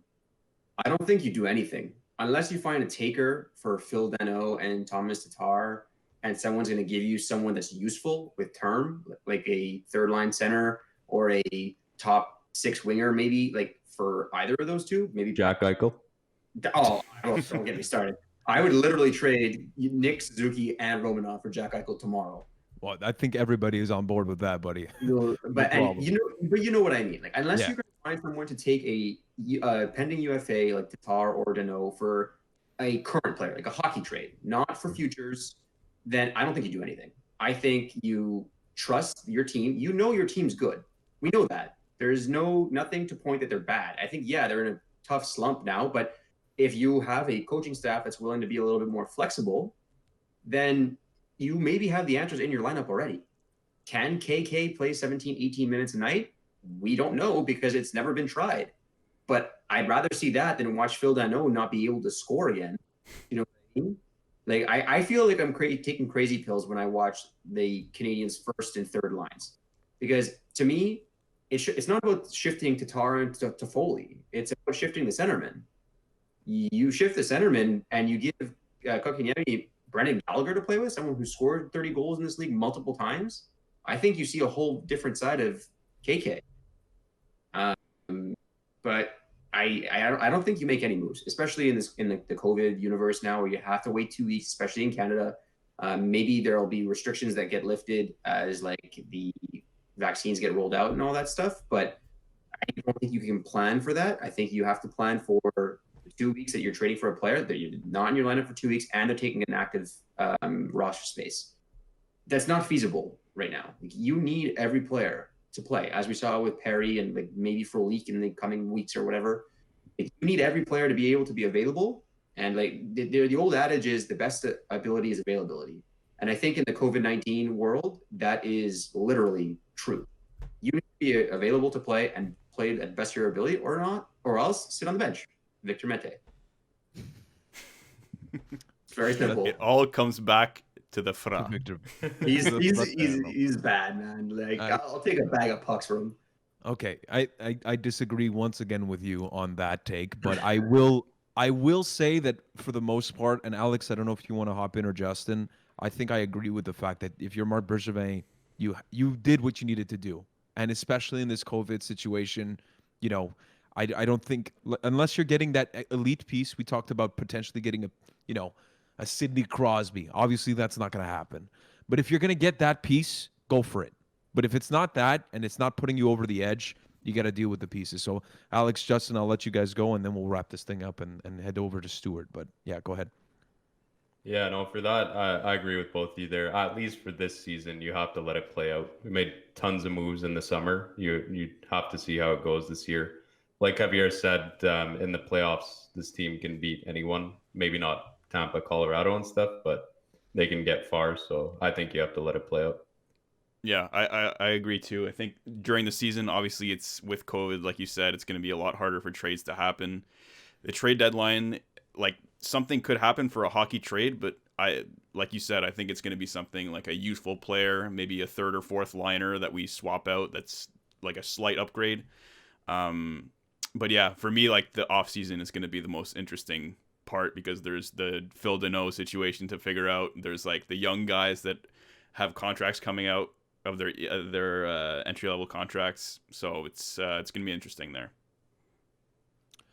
Javier, I want to say thank you. We don't always agree. What I will say is that you remind me of the vocal Twitter people. So I respect that. You stick to your guns. You go out there. You're unapologetic. You're the Skip Bayless of the hockey community. Whoa. Yeah. I think that's what you are. That's no, fair. I do not accept. I want to thank you guys for having me on. I appreciate it, but I will not take that. That if anyone on this podcast is Skip Bayless, is definitely Mackie. Okay there. Okay. Twisted. I'm the realist here. You are not, my friend.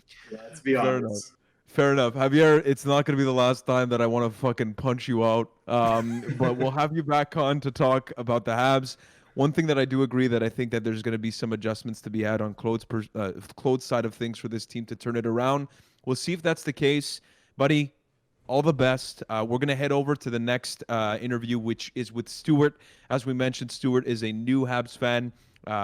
Just so you know, Javier, because you haven't listened to the podcast, he's from England, and we're going to be talking to him. Wow. And so he chose the Montreal Canadiens. So much better guest than you were. You should ask him who his footy team is. Yeah, we will. Don't worry. We're getting ready for all of this stuff. Thanks again, Javier. And without further ado, the No Respect podcast will be back with Stuart, Habs Anglais, right after this. Joined back now with a very, very special guest, and I'm really excited for this one. I know the boys are too here, but you see on screen, if you're not watching on screen, you'll hear his beautiful voice. It's Mr. Stuart, and Stuart from England is a new fan of the Montreal Canadiens, and we decided to have him on because I don't know if you guys are on Twitter, but this is a great story, and I'm going to let you tell it. Stuart, first and foremost, welcome to the podcast. How are you today, sir? I'm absolutely fine. Absolutely delighted to be here. Privileged to come on. So thank you very much for inviting me. And can't wait to get down to it, really. Yeah, pleasure's all ours. Let's start from the beginning here, Stuart. I'm just going to ask you straight up. It's not every day. We've spoken about this just leading up into this episode and this segment specifically, is that it's not every day that you have, what I'm going to call a very full-grown adult in front of us with a magnificent beard, coming into a new sport, learning it.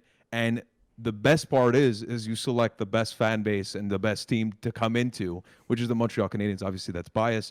But tell us a little bit about how it went down, start to finish, like why hockey, why the Habs, and all of that good stuff.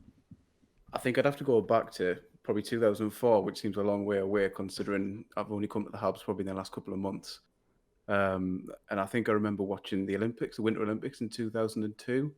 And I'd never seen the sport of ice hockey before. I was quite young at the time.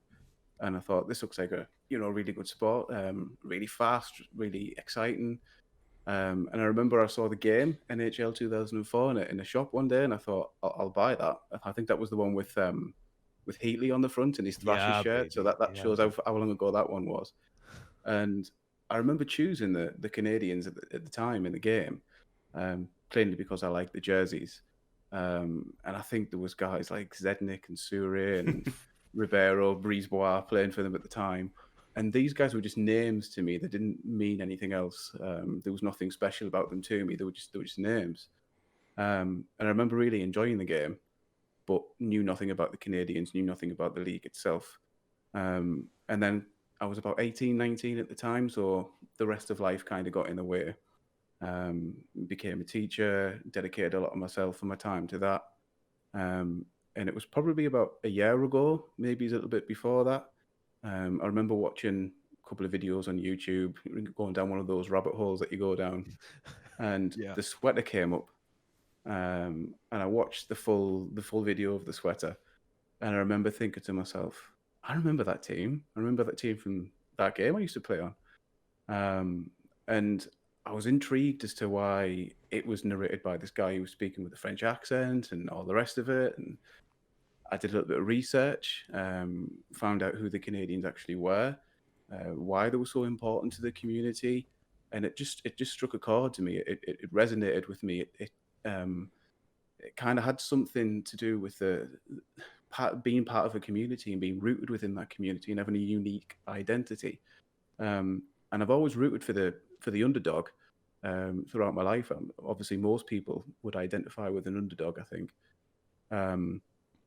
But I think that when I actually looked up the history of the Canadians, I thought to myself, well, these guys aren't underdogs. You keep talking 24 Stanley Cups and this and the success they've had, the history they've had, things like that. But the essence of the team, it is that spirit of us against the world sort of thing. And I like that. And I like that as a fan base. And I didn't really go on social media and talk to other people about it. It was very difficult to share.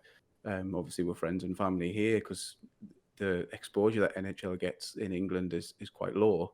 And it's very difficult, as I know now, to actually see the games at the time. But I thought I'll take the plunge and I'll actually go on social media and I'll set up this account and I'll start talking about the Canadians. And I think it was prompted more really by being a little bit disillusioned by the way football's going at the moment in the country. It's all kind of it's seeped in money, and I know that obviously the NHL is worth a lot of money as well. But I think it's the culture of cap space as a leveler. We don't have anything like that in the Premier League. There is no leveler. You have teams who can spend £300 million in a season in the same league as a team that gets to spend 15 if they're lucky. And it means that you end up with the same 3 or 4 teams winning the league year in, year out. There are a few anomalies along the way, like your Leicester Cities and Blackburn Rovers and things like that, but it doesn't happen very often. And I think another part of the allure, the draw to the NHL was actually everyone does get their opportunity eventually. They might not always take it, but the opportunity is always there.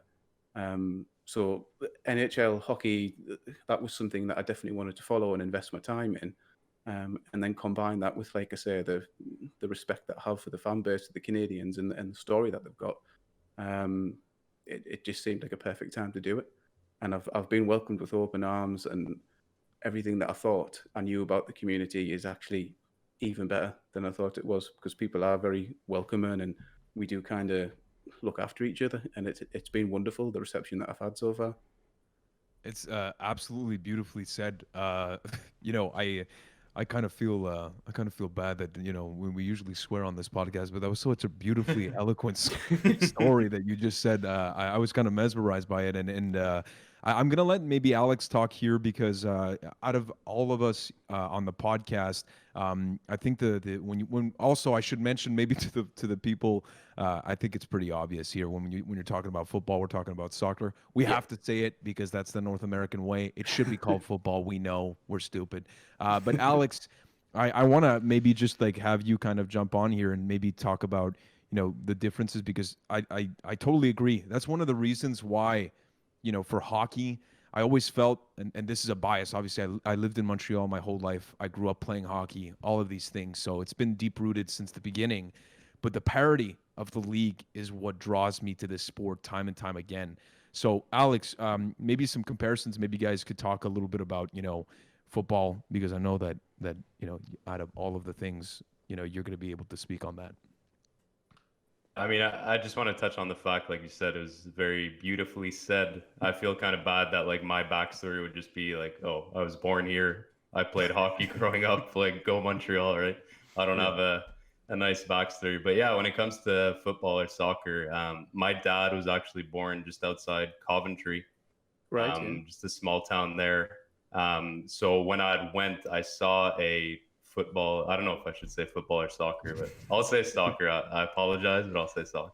I saw a soccer game. It was Aston Villa in Birmingham against Arsenal, and I'm an Arsenal fan now because that's the first team I saw play, and I wanted to support the good team. Aston Villa weren't great at that time, so I just picked Arsenal. But like you said, that spending problem in soccer currently, I could see why it bothers people. It is kind of depressing to see the same teams just get better and better. But I can also see the other side of that argument with hockey. I can see why some people get bored of it because it is so even. Like there are much less of those underdog stories, or going into a game, like there's never a clear favorite really. So I could see why it's less exciting. Whereas in soccer, I find it fun to watch those games where there's that worst team who, if they pull off the upset, like it's something exciting for me. Now, obviously, I wasn't raised with football, soccer, so I could see why you get tired of that. But that's just my perspective of it as, I guess, not a newer soccer fan, but obviously less exposure to it than people in the UK. Yeah, that's just the way I see it. Obviously, I'm a big hockey fan, but I've grown more attached to soccer recently because of those stories like Leicester and stuff, for example. Whereas in hockey, it's, I guess, 15 teams can win every year. It's less exciting when something like that happens. Yeah, I think it would definitely be a case of those victories mean more. And I know what you mean. You've definitely hit the nail on the head. And I kind of never thought of it from that perspective before, but you are right. When you pull off a giant killing, or you beat one of your main rivals, or you've been on a terrible run and you manage to beat the bigger team, the team with the greater status, who you're expecting to beat you and everyone else is expecting to roll over you, it does mean more. And I think I don't know whether at times, if you're a fan of those bigger clubs like the Man Cities and the Man Uniteds, and I don't know whether that gets boring as a fan. Do you know what I mean? Yeah, I've never been in that position because the team I did support was Newcastle, so we've never got bored of success, really. Yeah, no, I agree with you 100%. Like I could see both sides of it, definitely. It's I guess it would, I don't know, would it get old? Like if Montreal was winning 10 years in a row, would I be disappointed? I don't know. Honestly, I think yes. I think like, it would think so. Yeah. You would take things for I granted. don't know, it's a tough one for sure. Yeah. Yeah. I think like obviously speaking from the our perspective, like our parents watched the Habs become this crazy franchise that has won 24 cups, and in like the 70s they won 4 in a row, in the 50s they won 5 in a row. So they're kind of expecting the world from them, and they're kind of always disappointed from what they're seeing these days when they are more of an underdog these days. So I it is good to, I think, have that balance of being a powerhouse team and being the kind of underdog. So it's everything in moderation. That's what I always say. Of course. So. But the other thing too is that over time, Stuart, I don't know to what extent you how extensive your research, or if there's anything that would even point to this, but Montreal is one of those markets that, because there is no incentive monetarily that we can put over and above, there's not really any real incentive to come here unless you love to be critiqued and want your life to be a living hell if you're losing. Like that's an actual problem in attracting free agents in this market. and it takes a special type of player, and one that, you know, the Montreal Canadiens fan base usually loves to death if you do choose Montreal. So there's another side to that, and it's pretty interesting, kind of the dynamics between, you know, the fact that there's a cap, and that the difference between you as a football or soccer fan sees. So that's really cool. And I want to come in because we forgot to shout out at the top of this segment, but we actually have another fan who is from the UK, Eddie with a Y on Twitter. I want to thank him and shout him out, because just to get into the next part of this segment, he has a couple of questions, and then we could get into some questions that you may have, Stuart. But first of all, I'm going to start with his question and his answer. So his first question was, sorry, actually, it's a pretty long one. So he's going to talk a little bit about his story. Eddie, thank you again. When I was attempting to choose an NHL team, one of the deciding factors was to think about which teams I didn't like. I had done a bit of research on most of the teams, not including the Panthers or Coyotes, because, well, they just seemed a little pointless. I apologize if I offended any of the 72 fans who go to their games. I love this, by the way. By lurking on Reddit and on Twitter to follow fan threads. That was a parenthesis, so it's kind of hard to read this. The two teams I immediately could not stand were the Bruins and Leafs. In particular, the Leafs. Fucking hate those guys. Thank you, Eddie. They just seem so arrogant and cringy, the way they seem to stalk fans of other teams online and berate them needlessly. I can respect Boston as a professional rivalry. Leafs can just piss off. I would genuinely compare the hatred between the Habs and Leafs to Newcastle and Sunderland. So that I don't know. He's saying that, Stuart, you'll know. So he's asking. This is part of his first question: is did Stu also factor in any hatred for other teams in his decision to follow the Habs? So, Stuart. Do you know, I could have probably written Eddie's tweet myself.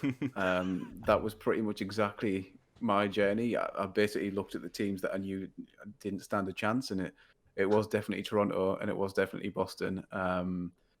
And it was because, again, as Eddie said, he kind of hit the nail on the head there. It was not the success that they've had, but the way that they've, you know, put that in people's faces. I mean, obviously the Leafs haven't had success for many, many decades, so I don't know why they could say that, really. But I know what Eddie means, and I definitely know what he means with the Newcastle Sunderland thing. And actually going back a little bit and kind of combining 2 points.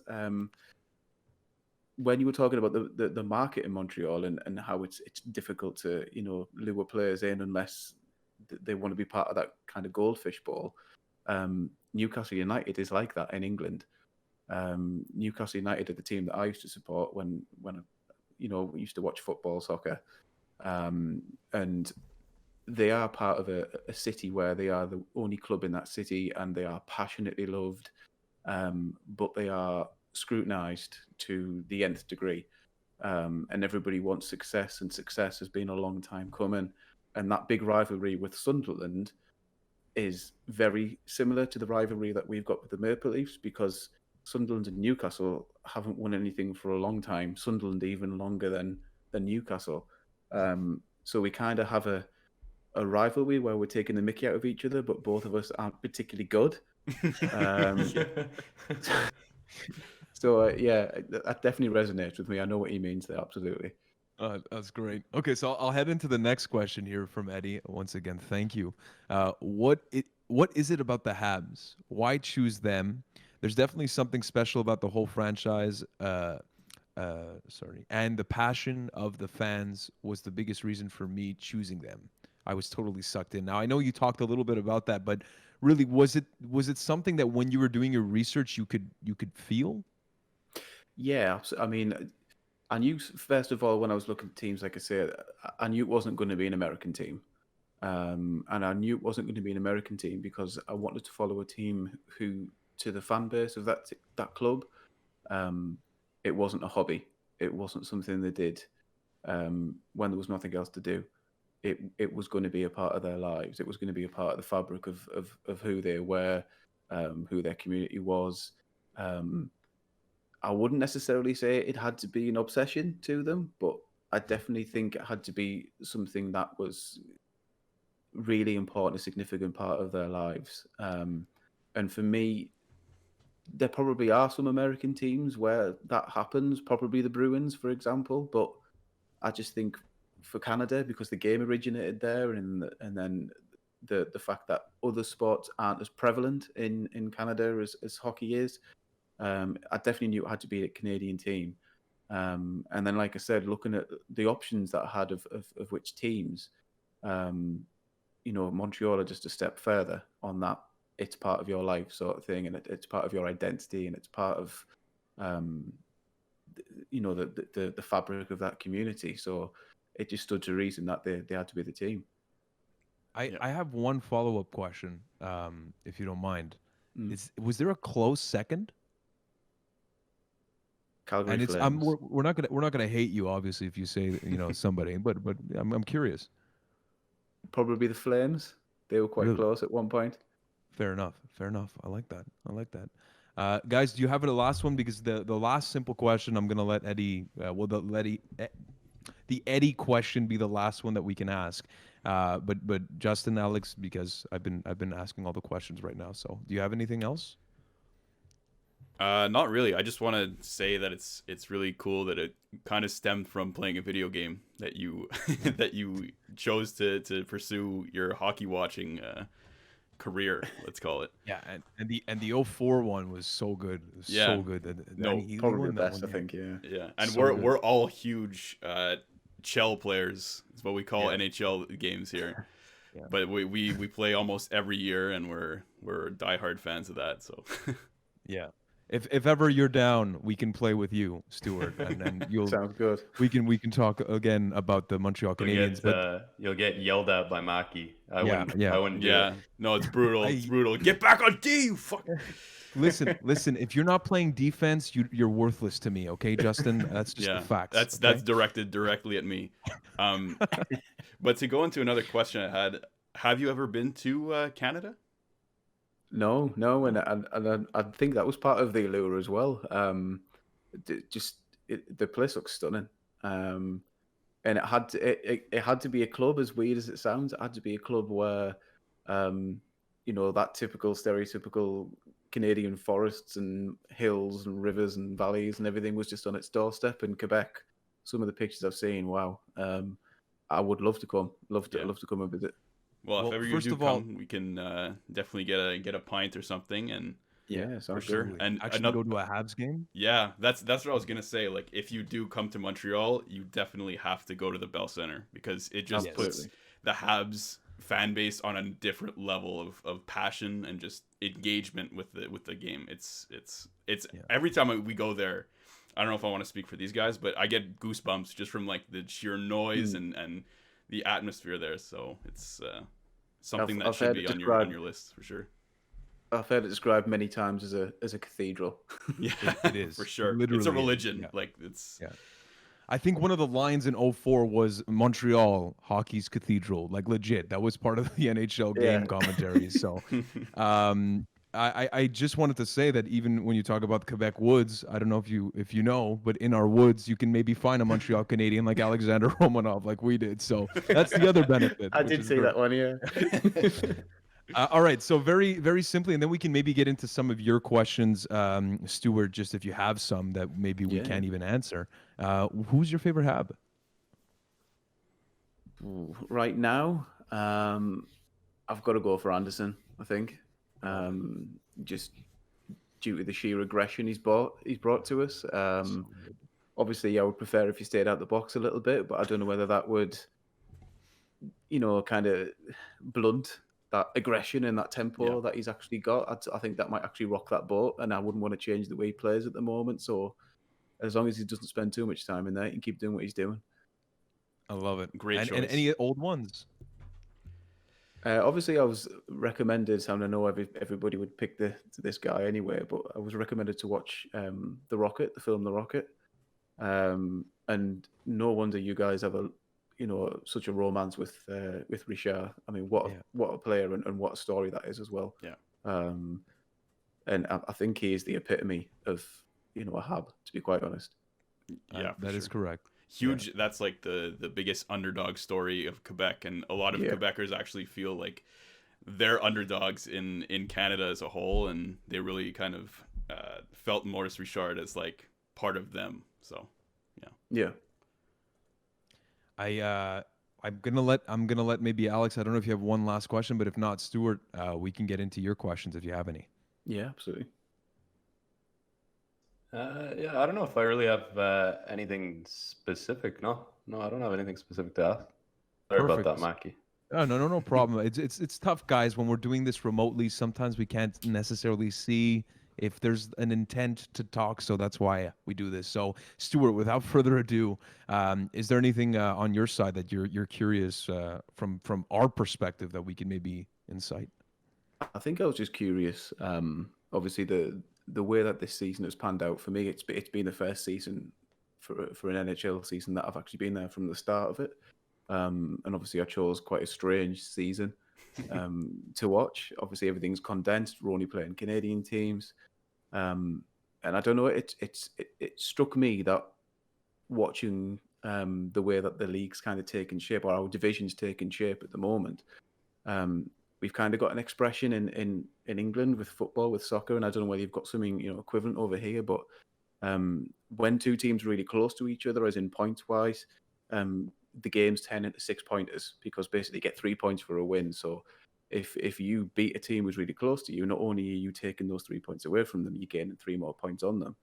And it's kind of like in our division at the moment, every game is a 4-pointer because you lose and you immediately have a gap to make up yet again on another team. So obviously you will know better than I because you've experienced the league when it was a normal league. Does it seem more tense? Does games seem as if they matter more in this one? Does it seem as if a loss is, a little bit more significant than it normally would have been? I can answer that quickly. I felt like the actual intensity of games has not been like everyone talks about, like you said, like since they're 4-point games, we expected them to be kind of to feel like playoff games, like they're putting everything on the line. I haven't necessarily seen that in every game, but what I would say is that the demeanor of players when they do lose games, it feels like it's much harder on them because they know that these games mean so much more. So maybe the results of the games are a bit more felt, like you said, because they're 4-point games. But to me, like there hasn't been that kind of playoff intensity that I kind of expected from the games. But I do think that as far as closer to the end of the season we'll get those more intense games because when you're fighting for a playoff spot, it's gonna be intense in these games because they're all gonna be 4-point games. Yeah. I was just gonna say that sorry, go Alex. I didn't know if you had something. Nothing major, but yeah, I think like Justin said, the intensity might not be there. I expect it to pick up closer to the end of the season. We do have some weaker teams in the division, so maybe that plays into it. That maybe against Ottawa, Vancouver, for example, like it's not too big a deal if we lose to them because realistically, at the end of the year, they're not going to be above us. But I think what might be getting to players more this year is the fact that we're playing these Canadian teams in big media markets all year.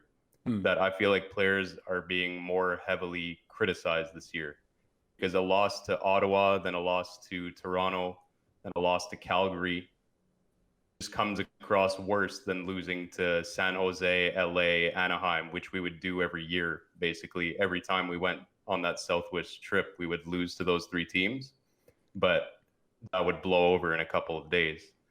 Because I think if we start building up these losses to Toronto more often, Ottawa more often, that upsets the fans because it's local rivals, and the media comes and attacks the players more. Yeah, and to add on to that, I was just going to say that from my perspective, just like you said, Stuart, is that I think the Habs fans, they know that it's stacking, right? So we just lost to the Maple Leafs, and they have what is it now? Like a 10-point difference between us? 10 What is points, it? yeah. Something 10 points. it's So 10, we yeah. the Habs fans know that. The Leafs fans know that. So from my side of things is that you actually see more of a reflection of that in the communities because of how intense these matchups are now, because the importance of winning against those teams gives you that 4-point game like we just talked about. So I see it reflecting a lot more on that side, and like Justin said, I see it less reflecting right now on ice. But as the season progresses, I believe that's going to be different, because the race to get into the playoffs, I believe, will get tighter and tighter, and that's with the condensed schedule is going to be something that's going to be very unique to this season. So we shall see. I don't know if you had any other questions, Stuart.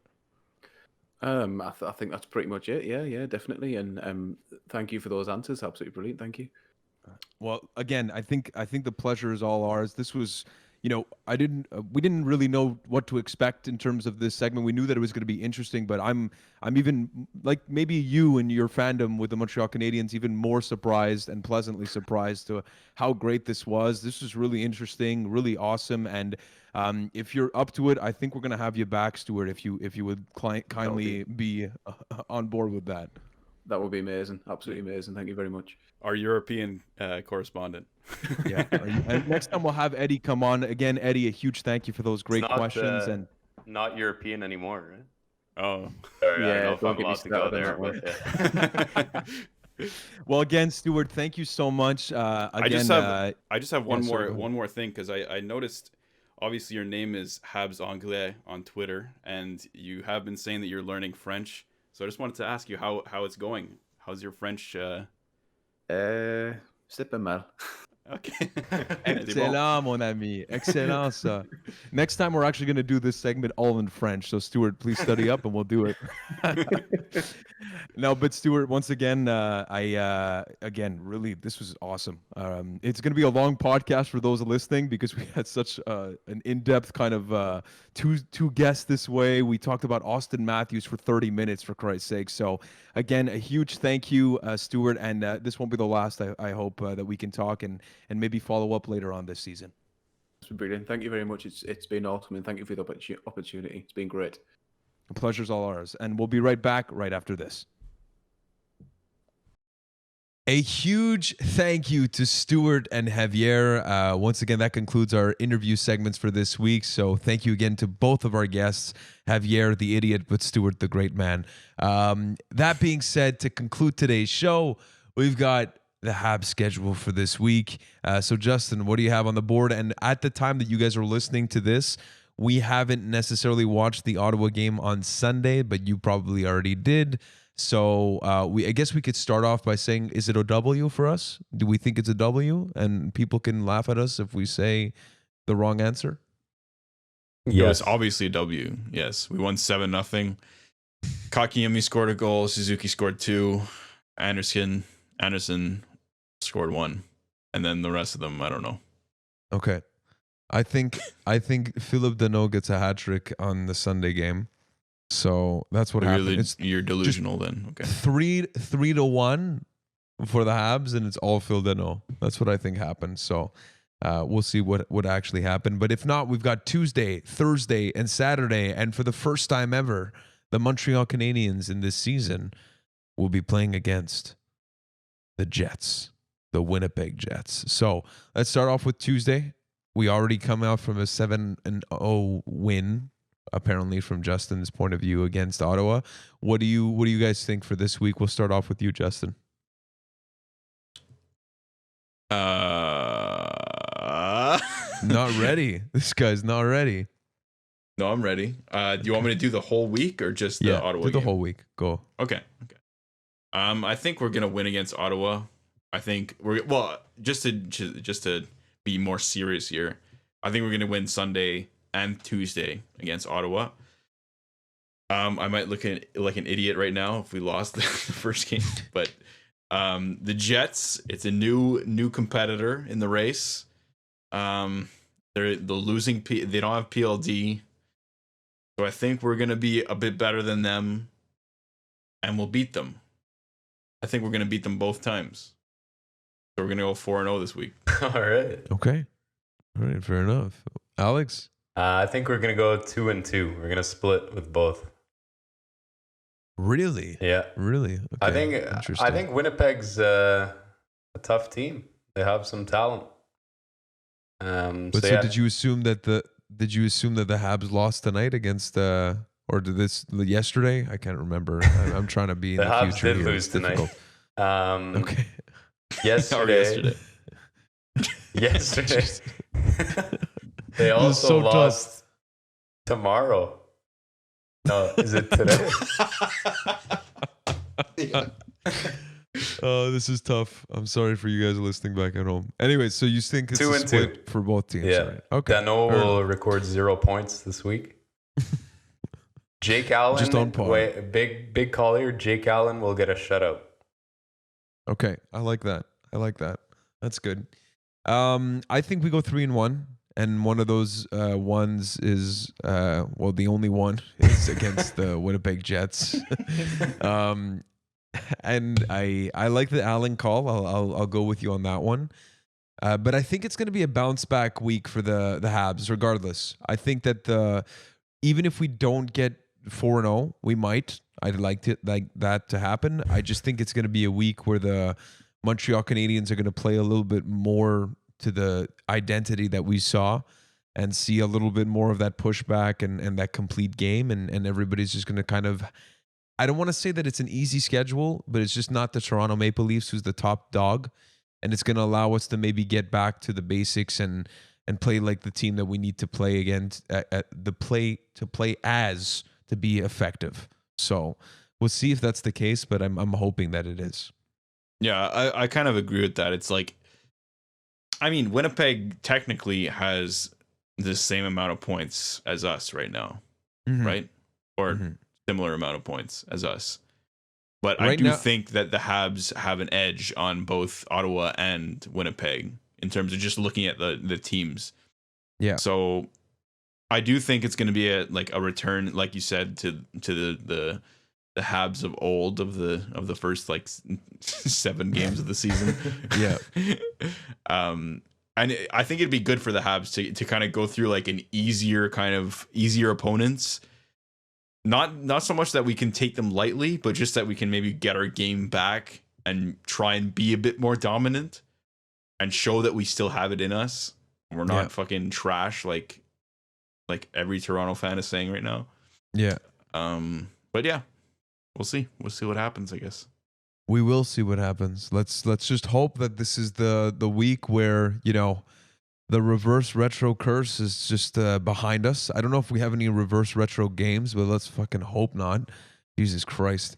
It's been brutal with those, but regardless, we're looking on the up and up for the Montreal Canadiens. At least we're hoping to that for this week. And I don't know if there's anything else. I don't think there is. Do you guys have any other thoughts on the Montreal Canadiens for this week? Not really. Let's just hope for the best then. Yeah. Okay, excellent. Well, ladies and gentlemen, a huge thank you once again for listening to this one. This was a long one, we know. So thank you for listening the whole way through. Want to remind you all that we're on iTunes, Spotify, YouTube, Google Podcasts. You can reach me personally at Mackey_no-respect. That's MACKY_no-respect. And no respect is spelt with just a K at the end. You take out the C, you take out the T, and you throw in a K. Just fantastic. My Justin, home phone number, 514. Don't actually say it. Justin _no-respect. Alex _no-respect. And if not, you can reach us at No Respect Podcast on Twitter. From all the boys here, Alex, Justin, and myself, we always remind you to respect the Organization. Have a great one, guys, and go Habs go. Thank you. Fuck Austin Matthews.